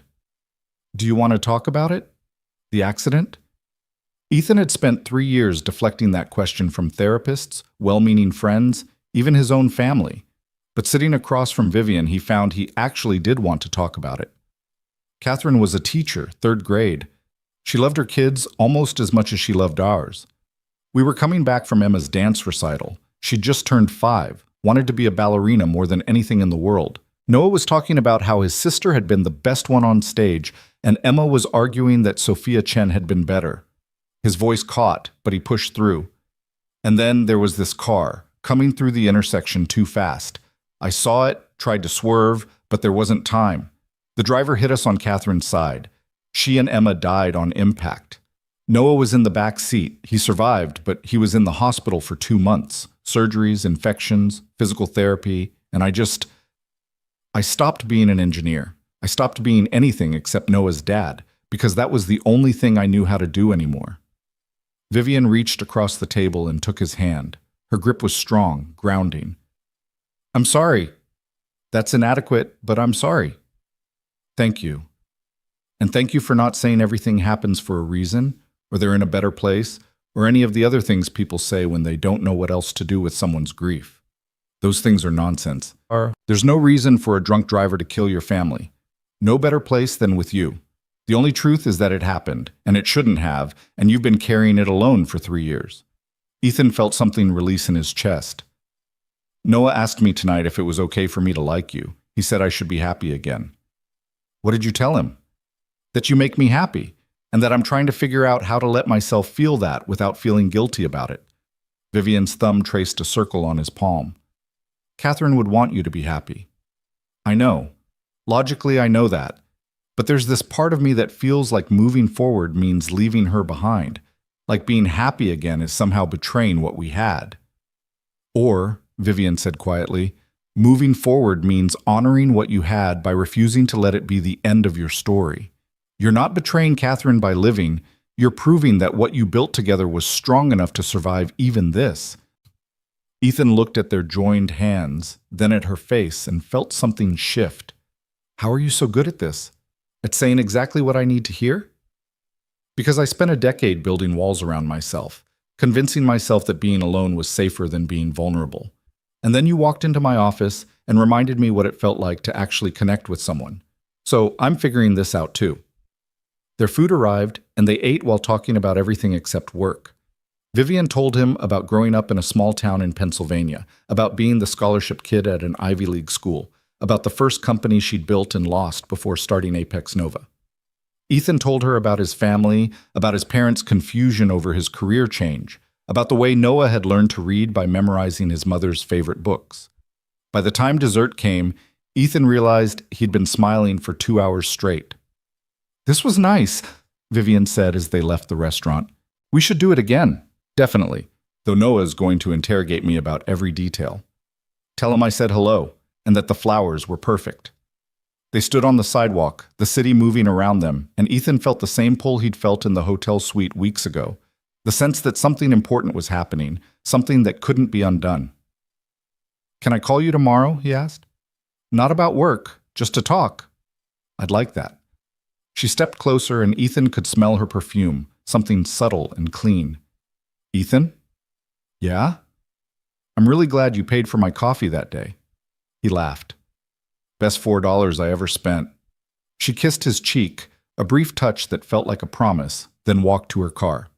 Ethan watched her go, then texted Noah's sitter that he was on his way home, feeling lighter than he had in 3 years. The next few weeks settled into a rhythm. Work during the day, texts throughout, and phone calls at night after Noah was asleep. They were careful at the office, professional and appropriate, but everyone knew anyway. Miranda stopped warning him about gossip and started asking if he needed restaurant recommendations. Marcus made exactly one joke about Ethan getting preferential treatment, saw the look on Ethan's face, and never mentioned it again. The complications Vivian had worried about never fully materialized. If anything, Ethan's position at the company seemed to strengthen. Clients specifically requested him for meetings. The engineers he'd trained started bringing him more complex problems. And when Winters pulled him aside one afternoon to say, whatever you and Vivian have going on, it's working. She's been more focused and less isolated since you started. Keep it up. Ethan realized that maybe relationships didn't have to weaken professional dynamics. Maybe they could strengthen them instead. But there was still one conversation they needed to have, and it came on a rainy Tuesday evening when Vivian showed up at Ethan's apartment unannounced. He opened the door to find her standing in the hallway, soaked from the rain, holding a bag of takeout. I was going to text, but I was already in the neighborhood, and I thought. She stopped when she saw his expression. Is this okay? I should have called first. No, it's fine. Good. Come in. He stepped aside and she entered his apartment for the first time. It was small, a two-bedroom that was comfortable but clearly designed around function rather than aesthetics. Noah's art projects covered the fridge. A pile of work documents sat on the coffee table next to a half-finished Lego set. Noah's at a friend's house, Ethan said, taking her coat. Won't be back until 8. So we have time to talk. About? Vivian set the takeout on the counter, and when she turned back to him, her expression was serious. About what we're doing. Because we've been dancing around this for 6 weeks, and I need to know if you're actually ready for this or if we're just two lonely people finding comfort in proximity. The bluntness caught him off guard, but he appreciated it. That's what you think this is? Proximity? I don't know what to think. You're the first person I've cared about in years, and that terrifies me. Because if this goes wrong, I don't just lose someone I care about. I lose the best security architect I've ever worked with, and I lose the ability to trust my own judgment about separating personal and professional. She moved closer. So I need you to be honest. Are you ready for a relationship, or are you still in love with Catherine and using me as a bridge back to normal? Ethan felt like he'd been punched. Is that really what you think? I think you're a good man who's been through hell, and I think it would be very easy for you to mistake gratitude for something deeper. I need to know this is real for you, Ethan, not just convenient. He crossed the space between them, and when he spoke, his voice was steady and sure. Catherine was my wife. I loved her, and I'll always love her. She's part of my history, part of who Noah is, and I'm not trying to erase that. But you're not a replacement, or a bridge, or a convenient distraction. You're the person who makes me want to build a future instead of just surviving the present. You're the person who sees me, all of me, the engineer and the dad and the guy who's still figuring out how to be happy again and doesn't ask me to choose between those things. Vivian's eyes were bright. You mean that? Every word. And I know this is complicated. I know there are risks and gossip and a power dynamic we have to navigate carefully, but I'm ready for this. For you. If you're ready for me and Noah as a package deal. She reached up and touched his face, her hand warm against his skin. I want the package deal. All of it. Even the Lego sets and the school pickups and the fact that I'm going to have to learn how to talk to an 8-year-old without using corporate speak. Ethan laughed, relief flooding through him. Noah already likes you. You're ahead of the curve. Good. Because I like him too. And I like you. And I'm tired of pretending I don't. She kissed him then. Properly this time, and Ethan felt 3 years of grief and caution dissolve into something that felt like permission to live again. When they finally pulled apart, Vivian was smiling. The takeout's getting cold. Let it. I want to do this a little longer. So they did, standing in his small kitchen while rain drummed against the windows, kissing like two people who'd found something they'd stopped believing they deserved. Later, after they'd eaten and talked and Vivian had left before Noah came home because they both agreed they needed to tell him together, properly, when the time was right, Ethan sat on his couch with his phone in his hand, staring at a photo Catherine had taken years ago. The four of them at the beach, Noah and Emma building a sandcastle, while Catherine laughed at something off camera. I'm going to be happy again, he said quietly to the photo. And I think you'd like her.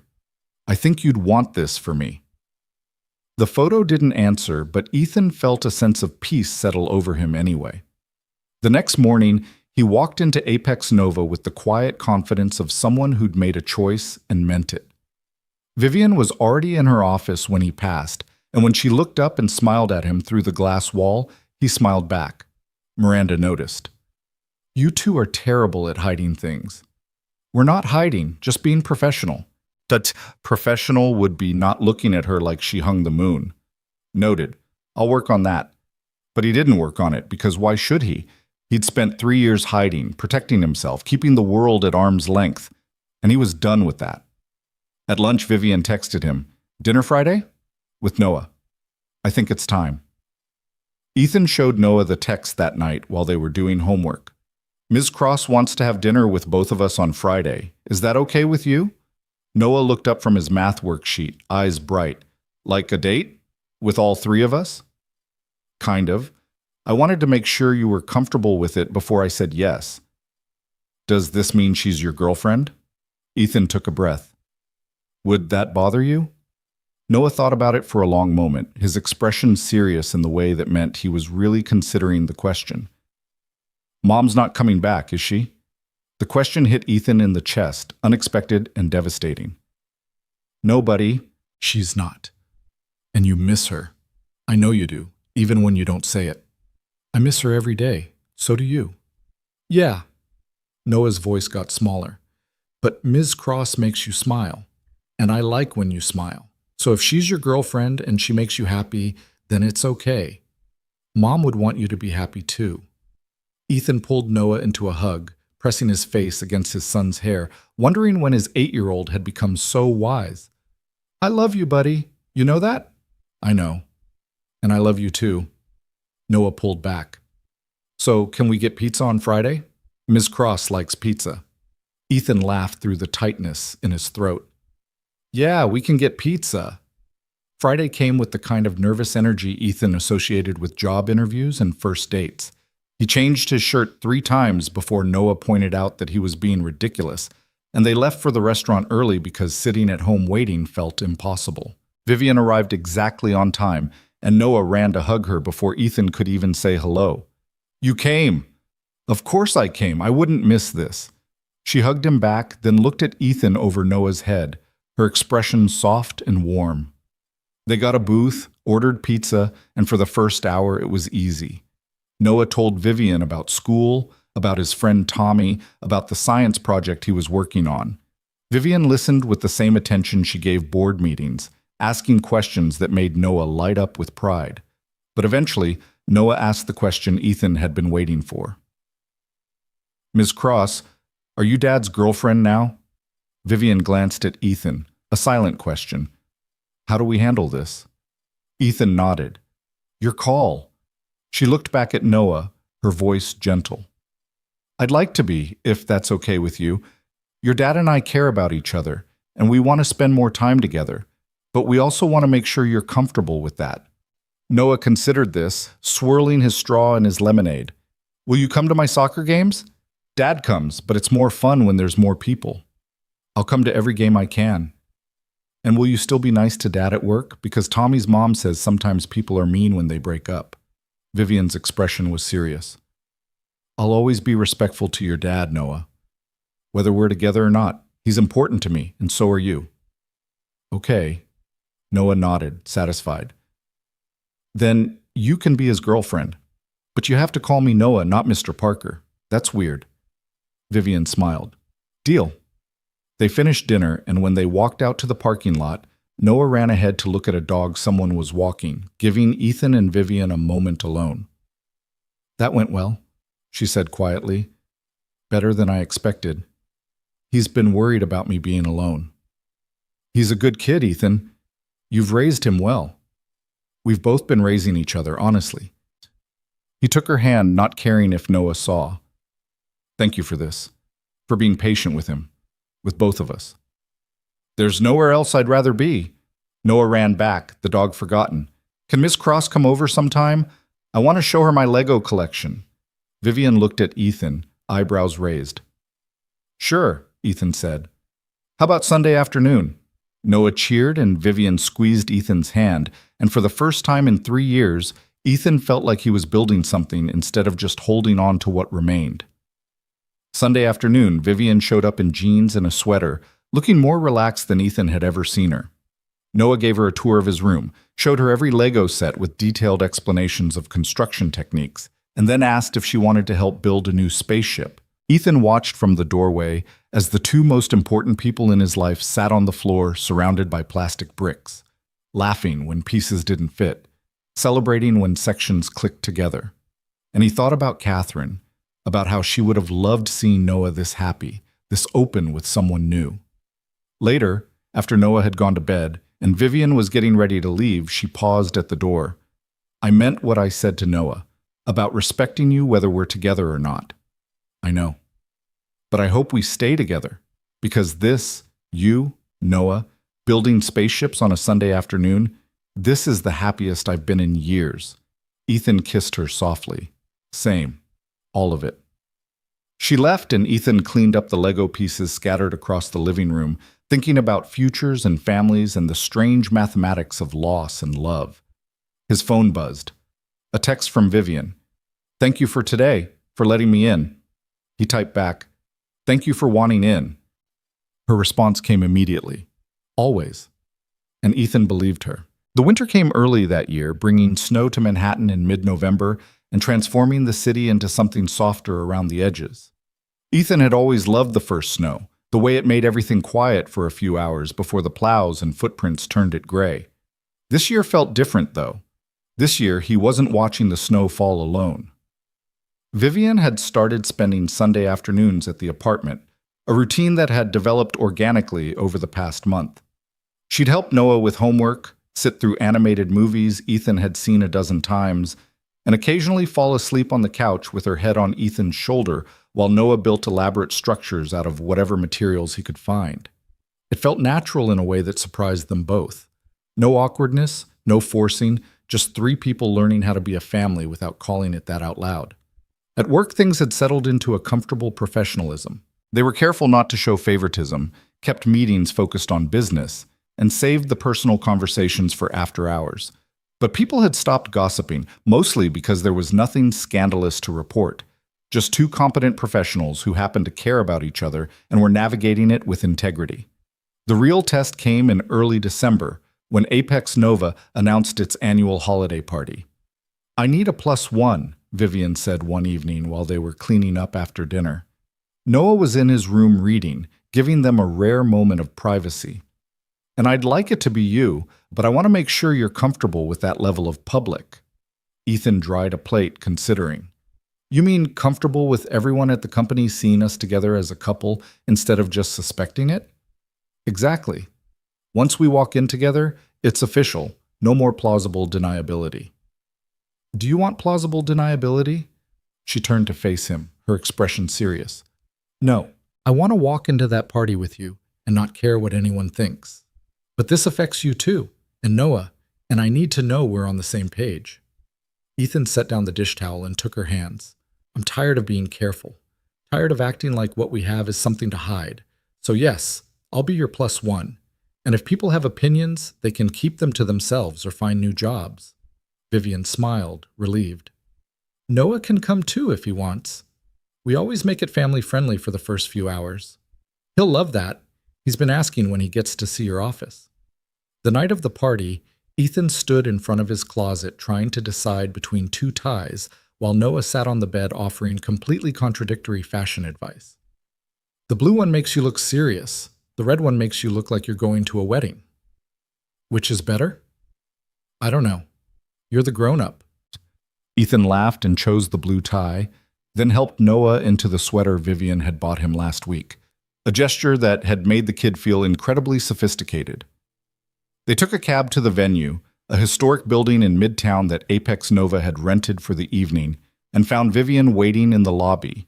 She was wearing a dark green dress that made her look elegant and powerful simultaneously, and when she saw them, her face lit up in a way that made Ethan's chest feel too small for his heart. You both look fantastic, she said, kissing Ethan's cheek and then kneeling to adjust Noah's collar. Ready to see the party? Noah nodded enthusiastically, and they walked in together. A deliberate choice, a public statement, a line crossed that couldn't be uncrossed. The room fell quiet for approximately 3 seconds. Then Marcus appeared with 2 champagne flutes and a juice box. Took you long enough to make it official. We've had a betting pool running for 6 weeks. He handed Noah the juice box.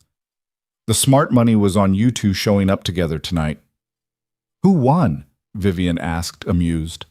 Miranda. She called it the day after the Tech Daily article ran. Marcus raised his glass. Congratulations, by the way. You're good for each other. Even I can see that, and I'm terrible at reading people. Other colleagues approached throughout the evening, some offering congratulations, others just nodding acknowledgement, all of them treating it like the non-scandal it was. By the time dinner was served, Ethan had relaxed enough to actually enjoy himself. Noah, meanwhile, was having the time of his life. Miranda had taken him under her wing and was introducing him to everyone as Mr. Parker's son and our unofficial junior consultant. He ate 2 desserts, learned how to play poker from the finance team, and fell asleep in a chair by 9 o'clock with chocolate on his face. "He's out," Vivian observed, looking at Noah with affection. "Want me to call you a car?" "Not yet. He can sleep a little longer." Ethan adjusted Noah's position so he wouldn't get a crick in his neck. "This was nice. Thank you for including him. He's part of the package deal. I meant that." They were standing by the windows overlooking the city when Graham Winters approached, champagne in hand and a knowing smile on his face. "Vivian, Ethan, enjoying yourselves?" "Very much," Vivian said. "Thank you for approving the venue. It's perfect." "It is. Though I have to say the real highlight of the evening is watching the 2 of you finally stop pretending." Winters chuckled. "I've been in business 40 years, and I can tell you, the best partnerships are the ones built on mutual respect and genuine affection. You 2 have both. Don't lose that." "We won't, sir," Ethan said. "Good, because Apex Nova needs you both." Winters raised his glass. 2 unexpected combinations that work better than anyone predicted. They toasted, and as Winters moved away to mingle with other guests, Vivian leaned against Ethan's shoulder. "Think we passed the test?" "I think we're past the point where anyone's testing us." But the real test came 2 weeks later, and it had nothing to do with office politics. Ethan was in a meeting when his phone rang with Noah's school number. He excused himself immediately and stepped into the hallway. "Mr. Parker, this is Principal Morrison. Noah's fine, but we need you to come pick him up. He's had an incident." Ethan's stomach dropped. "What kind of incident?" "He got into an altercation with another student. No one's hurt, but we need to discuss it with you in person." 15 minutes later, Ethan was sitting in the principal's office while Noah sat beside him with red eyes and a stubborn expression. The other boy, Tyler, apparently, was in the next room with his parents. "What happened?" Ethan asked quietly. Noah's jaw tightened. "Tyler said you were dating your boss because you couldn't get a real job on your own. He said you were using her and she was stupid for falling for it." Ethan felt anger flash through him, but he kept his voice level. "And what did you do?" "I told him to shut up. He didn't, so I pushed him." "Noah, I know I'm not supposed to push, but he was saying mean things about you and Ms. Cross, and he wouldn't stop." Noah's voice cracked. "He made it sound like you're not good enough. Like we're not good enough." Ethan pulled Noah against his side, feeling his son shake with anger and hurt. "You are absolutely good enough. We both are. But pushing someone isn't how we handle this." "Then how do we handle it?" "Because people are always going to say things. Tommy's mom already asked if Ms. Cross bought you your job." Noah looked up at him with eyes too old for 8. "How do we make them stop?" Ethan didn't have a good answer for that. He met with Principal Morrison, accepted the 1-day suspension, and drove Noah home in silence. That evening, Vivian showed up unannounced. Miranda had told her what happened, and found Ethan sitting on the couch while Noah did homework at the kitchen table, both of them radiating tension. "I heard about school," she said quietly, sitting beside Ethan. "Is he okay?" "Physically, yes. Emotionally," Ethan ran a hand through his hair. "He's dealing with gossip about us, about me using you for job security, and I don't know how to protect him from that." Vivian was quiet for a moment, then stood and walked to the kitchen table. "Noah, can we talk?" He looked up, wary. "Are you mad at me?" "No, but I want to tell you something important." She pulled out a chair and sat across from him. "When people say your dad is using me or that I gave him a job he didn't earn, they're wrong. Do you know why?" Noah shook his head. Because your dad is the best security architect I've ever worked with.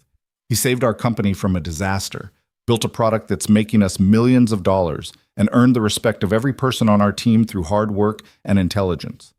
Nobody gave him anything. He earned it. But people don't believe that. Some people won't, no matter what evidence they see, and that's their problem, not ours. Vivian's voice was firm but kind.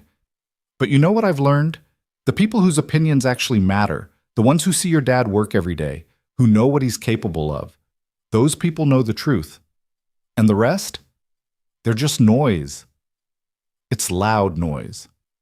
I know, and I'm sorry you had to hear it, but pushing Tyler won't make it stop. You know what will? What? Living your life so well that the noise becomes irrelevant, being so happy and so confident in who you are that other people's opinions can't touch you. She reached across and squeezed his hand. Your dad taught me that, actually. He walked into my office after 3 years of people doubting him, and he didn't apologize for his gap or his circumstances. He just showed me what he could do, and he's been doing that every day since. Noah looked at Ethan. Is that true? Pretty much, though I had a lot of help along the way. Ethan met Vivian's eyes. From people who saw past the resume to the person underneath. Noah thought about this, his expression gradually softening. I still think Tyler's a jerk. He might be, Vivian agreed, but he's also 8 years old and probably repeating things he heard his parents say, which doesn't make it okay, but it does mean he might not fully understand what he's saying. So what do I do if he says it again? You walk away. You tell a teacher. You remember that his words don't define you or your dad, and you trust that the people who love you know the truth. Noah nodded slowly, then went back to his homework with less tension in his shoulders. Vivian returned to the couch, and Ethan pulled her close. Thank you for that. He needed to hear it from you. We're in this together, Ethan. That means when someone comes after you or Noah, they come after me too, and I don't back down from fights that matter. I'm starting to realize that. They sat in comfortable silence while Noah finished his homework, and when he went to brush his teeth, Vivian turned to Ethan with a serious expression. This won't be the last time people question us. The gossip, the assumptions, the implications that you're only successful because of our relationship, it's going to keep happening. I know. And I need you to know that I will defend you every single time, publicly, privately, wherever it needs to happen, because you're not using me and I'm not doing you favors. We're building something real, and anyone who can't see that can answer to me. Ethan kissed her forehead. I don't need you to fight my battles. I know you don't, but I'm going to anyway because that's what partners do. The word settled between them. Partners, not just colleagues or boyfriend and girlfriend, but something deeper and more permanent. Partners, Ethan repeated. I like that. Good, because I'm keeping you. The incident with Tyler turned out to be a turning point. Noah returned to school the next day with a note from Principal Morrison and an apology from Tyler's parents, who'd apparently had a serious conversation with their son about repeating gossip. Tyler himself approached Noah at lunch and mumbled an apology that sounded genuine, if embarrassed. Noah told Ethan about it that night with the matter-of-fact tone of someone who'd processed and moved on. Tyler said his mom told him she was wrong about you and Ms. Cross. He said sorry for pushing back when I pushed him first. That was big of him. Yeah, we're not friends or anything, but we're okay. That's all you can ask for sometimes. Christmas came with the kind of gentle chaos that made Ethan grateful for small apartments and simple traditions. Vivian spent Christmas Eve with them, helping Noah make cookies that were more frosting than cookie and watching holiday movies until they all fell asleep in a pile on the couch. On Christmas morning, Noah woke them both at 6:30, vibrating with excitement about the presents under the tree. Most of them were from Ethan, practical things like clothes and books mixed with a new Lego set Noah had been begging for. But there were also 3 carefully wrapped packages from Vivian. Noah opened them with reverence, a telescope for stargazing, a journal with his name embossed on the cover, and a framed photo of the 3 of them from the holiday party, looking like a family even though nobody had said the word out loud yet. This is perfect, Noah said, hugging the frame. Can we put it in my room? Wherever you want, buddy. But Vivian had one more gift, and she handed it to Ethan with an expression that was nervous and hopeful simultaneously.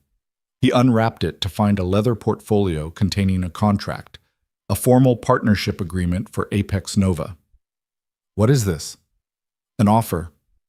I've been thinking about the company's future, about what happens when we scale, when we take on more clients and more responsibility. And I realized I don't want to do it alone. I want a partner. Someone who understands the work, shares the vision, and can build this with me. She took a breath. I'm offering you 20% equity in Apex Nova and a position as Chief Security Officer, full partner, equal voice in strategic decisions, and a stake in everything we build going forward. Ethan stared at the contract, his mind racing. Vivian, this is enormous. I know, and I know it's complicated because we're together, and people will absolutely say I'm giving you special treatment, but this isn't about our relationship. This is about the fact that you've proven yourself 10 times over, and Apex Nova is stronger with you as a partner than as an employee. She moved closer. You saved this company once. Help me build it into something extraordinary. Can I think about it? Take all the time you need. The offer doesn't expire. But Ethan knew his answer before lunch was over. That evening, after Noah had gone to bed exhausted from excitement and sugar, he sat down with Vivian and signed the contract. You're sure about this? She asked. I've never been more sure of anything, except maybe that coffee order you remembered on my first day. She laughed and kissed him, and they spent the rest of the evening planning the future of a company they'd build together. The announcement went public in January, timed to coincide with Apex Nova's Q4 earnings report, which showed record growth thanks largely to the Sentinel platform and Northpoint contract. The press release was straightforward. Ethan Parker promoted to Chief Security Officer and granted equity partnership in recognition of his instrumental role in the company's security infrastructure and product success. The tech blogs ran with it, some praising the decision, others questioning the timeline and the relationship between the new CSO and CEO. Tech Daily, the same outlet that had tried to run a hit piece months earlier, published a surprisingly fair analysis noting that Ethan's professional accomplishments spoke for themselves, and that Apex Nova's performance metrics supported Vivian's decision to promote from within. Caldwell sent a congratulatory email that was professional and brief, though Ethan suspected Winters had told him to play nice or find another investment. The real celebration happened at the apartment that weekend, when Miranda and Marcus showed up with champagne and pizza to toast the promotion. Noah appointed himself official host and gave everyone a tour of his room, proudly showing off the photo from Christmas that now occupied prime real estate on his dresser. That's my dad and Vivian, he explained to Marcus, who already knew but played along. They're partners now, at work and at home. Marcus raised an eyebrow at Ethan. At home, huh? Ethan felt his face flush, but Vivian just smiled and ruffled Noah's hair. That's right, partners in everything. It was the first time either of them had said it out loud in front of other people, and the word felt right in a way that made Ethan's chest warm.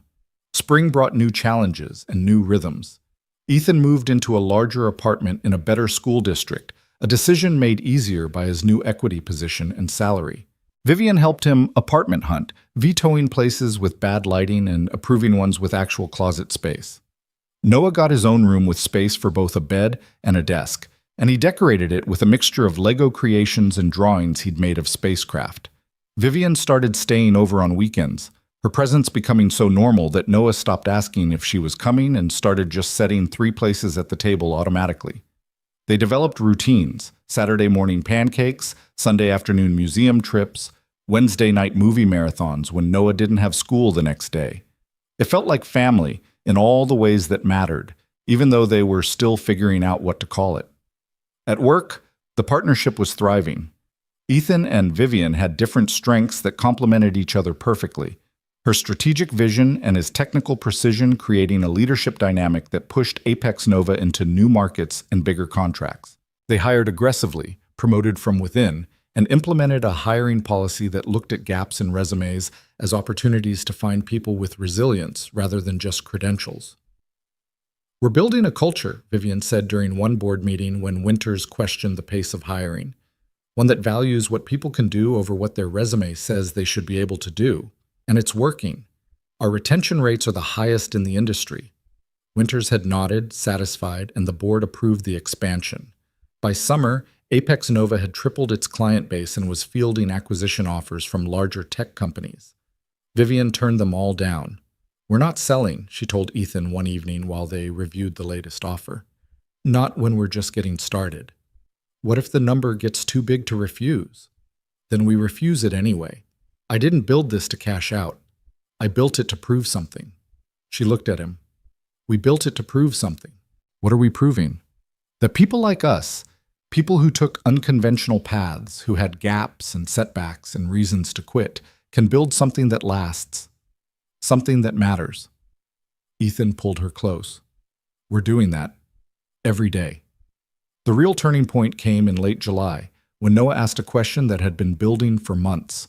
They were at the beach, the three of them, taking advantage of a rare Friday off. Noah was building a sandcastle with engineering precision, while Ethan and Vivian sat on a blanket watching the waves. Dad? Noah looked up from his construction project. Is Vivian going to live with us? Ethan and Vivian exchanged glances. They'd been dancing around this question for weeks, both knowing the answer but unsure how to broach it with Noah. Would you want her to? Ethan asked carefully. Noah considered this, his expression serious. Yeah, I mean, she's here all the time anyway, and it's weird when she leaves on Sunday nights. Like the weekend's not finished. Vivian moved to sit beside Noah in the sand. If I lived with you guys, it would be a big change. We'd have to figure out new routines, share space, make decisions together. Are you ready for that? Are you going to marry my dad? The question hung in the air, direct and innocent and completely terrifying. I don't know, Vivian said honestly. We haven't talked about that yet. But I care about both of you very much, and I want to be part of your family. Whether that means marriage someday or just being together, we'll figure it out as we go. Noah nodded, satisfied with the honesty. Okay, then you should move in. You can have the guest room, or you can share Dad's room. I don't care. But you should be there when I wake up, not just on weekends. Ethan felt something crack open in his chest, the last piece of protection he'd been holding on to, the final wall between grief and future. What do you think? He asked Vivian quietly. I think Noah's right. I think we should stop pretending Sunday nights are enough. She took his hand. I want to be there when you wake up, both of you. They told her yes right there on the beach, with sand in their shoes and salt in the air, and Noah cheering like they'd just agreed to let him stay up past bedtime. Vivian moved in 3 weeks later, bringing surprisingly few belongings for someone who'd lived alone for a decade. Most of her furniture went to storage, her books integrated into Ethan's shelves, and her clothes filled exactly half the closet space Ethan had cleared for her. You travel light, he observed, watching her unpack. I got used to not accumulating things. Easier to move when you don't have attachments. She smiled. But I'm ready for attachments now. The first morning she woke up in their apartment, not visiting, not staying over, but actually living there, Ethan made coffee and found her sitting at the kitchen table with Noah, both of them still in pajamas, arguing good-naturedly about whether waffles or pancakes were superior breakfast food. Waffles hold syrup better, Noah insisted. But pancakes are fluffier, Vivian countered. Dad, tell her waffles are better. Ethan set down 3 coffee cups, 2 regular, one mostly milk and sugar for Noah, who was convinced he needed coffee to be a proper adult. I'm staying out of this. You two figure it out. They compromised on French toast, and Ethan watched them cook together, Vivian teaching Noah how to get the egg mixture just right while he explained the optimal cinnamon-to-sugar ratio. And he thought about Catherine, about how she would have loved this, loved seeing Noah happy and confident, loved knowing he'd found someone who saw their son as a whole person instead of a tragedy. That evening, after Noah was asleep, Ethan found a box in the back of his closet, the one he'd packed 3 years ago and hadn't opened since. Inside were photos, letters, small objects that belonged to Catherine and Emma. He'd kept them hidden, unable to look at them without feeling like he was drowning. But tonight, he opened the box. Vivian found him sitting on the bedroom floor, surrounded by memories, and instead of asking if he was okay, she just sat down beside him. Tell me about them, she said quietly. So he did. He told her about Catherine's terrible singing voice and her gift for making anyone feel heard. He told her about Emma's obsession with butterflies and her habit of narrating everything she did like she was hosting a nature documentary. He showed her photos, birthdays, holidays, random Tuesday afternoons when nothing special happened except being together. They were my whole world, he said. And then they were gone, and I didn't know how to have a world anymore. Vivian took his hand. You built a new one, slowly, piece by piece, and now we're here. Do you ever feel like you're competing with them? With ghosts? No, because loving Catherine doesn't mean you can't love me. Grief and joy aren't mutually exclusive, Ethan. You taught me that.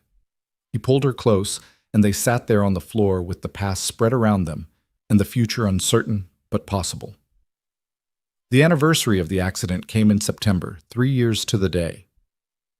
Ethan had always taken it off work, spent it alone with Noah visiting the cemetery, and then hiding in the apartment until the day ended. But this year, Vivian asked if she could come with them. They drove to the cemetery together, the three of them, and stood in front of two headstones that bore names Vivian had never known in life but had come to understand through Ethan's stories. Noah placed flowers on his mother's grave, then his sister's. "Hi, Mom." "Hi, Emma.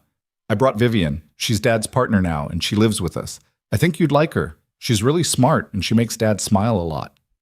Ethan's throat tightened, but he managed to speak. "We miss you both, every day. And we're doing okay. Better than okay, actually. Noah's doing great in school. I've got a job I love. We're building something good." He paused. "I hope that's okay. I hope you're not angry that we're moving forward." Vivian stood slightly behind them, giving them space but present enough to matter. And when they were ready to leave, Noah took her hand along with Ethan's, creating a chain that led them back to the car. That night, instead of hiding in grief, they ordered Chinese food and looked through old photo albums. Ethan told stories about Catherine and Emma that he hadn't told in years, and Noah laughed at memories he'd been too young to fully remember. And Vivian listened, asked questions, and helped them weave the past into the present instead of keeping it locked away. "Thank you," Ethan said later, after Noah had fallen asleep on the couch between them, "for being here, for not making me choose between honoring them and being with you. You'll never have to choose. They're part of your story, which means they're part of ours." She brushed hair off Noah's forehead, "And I think they'd be proud of who you've become, who he's becoming." Ethan kissed her, careful not to wake Noah, and felt the last piece of guilt dissolve into gratitude.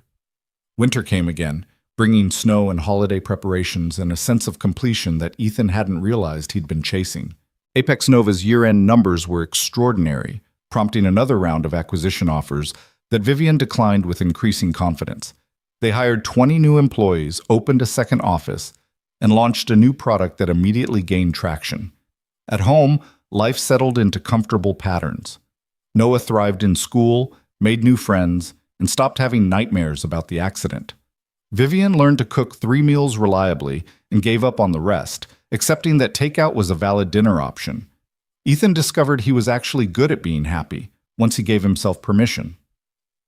On a cold December evening, exactly 1 year after Vivian had given him the partnership contract, Ethan found himself standing in front of that same Starbucks where everything had started.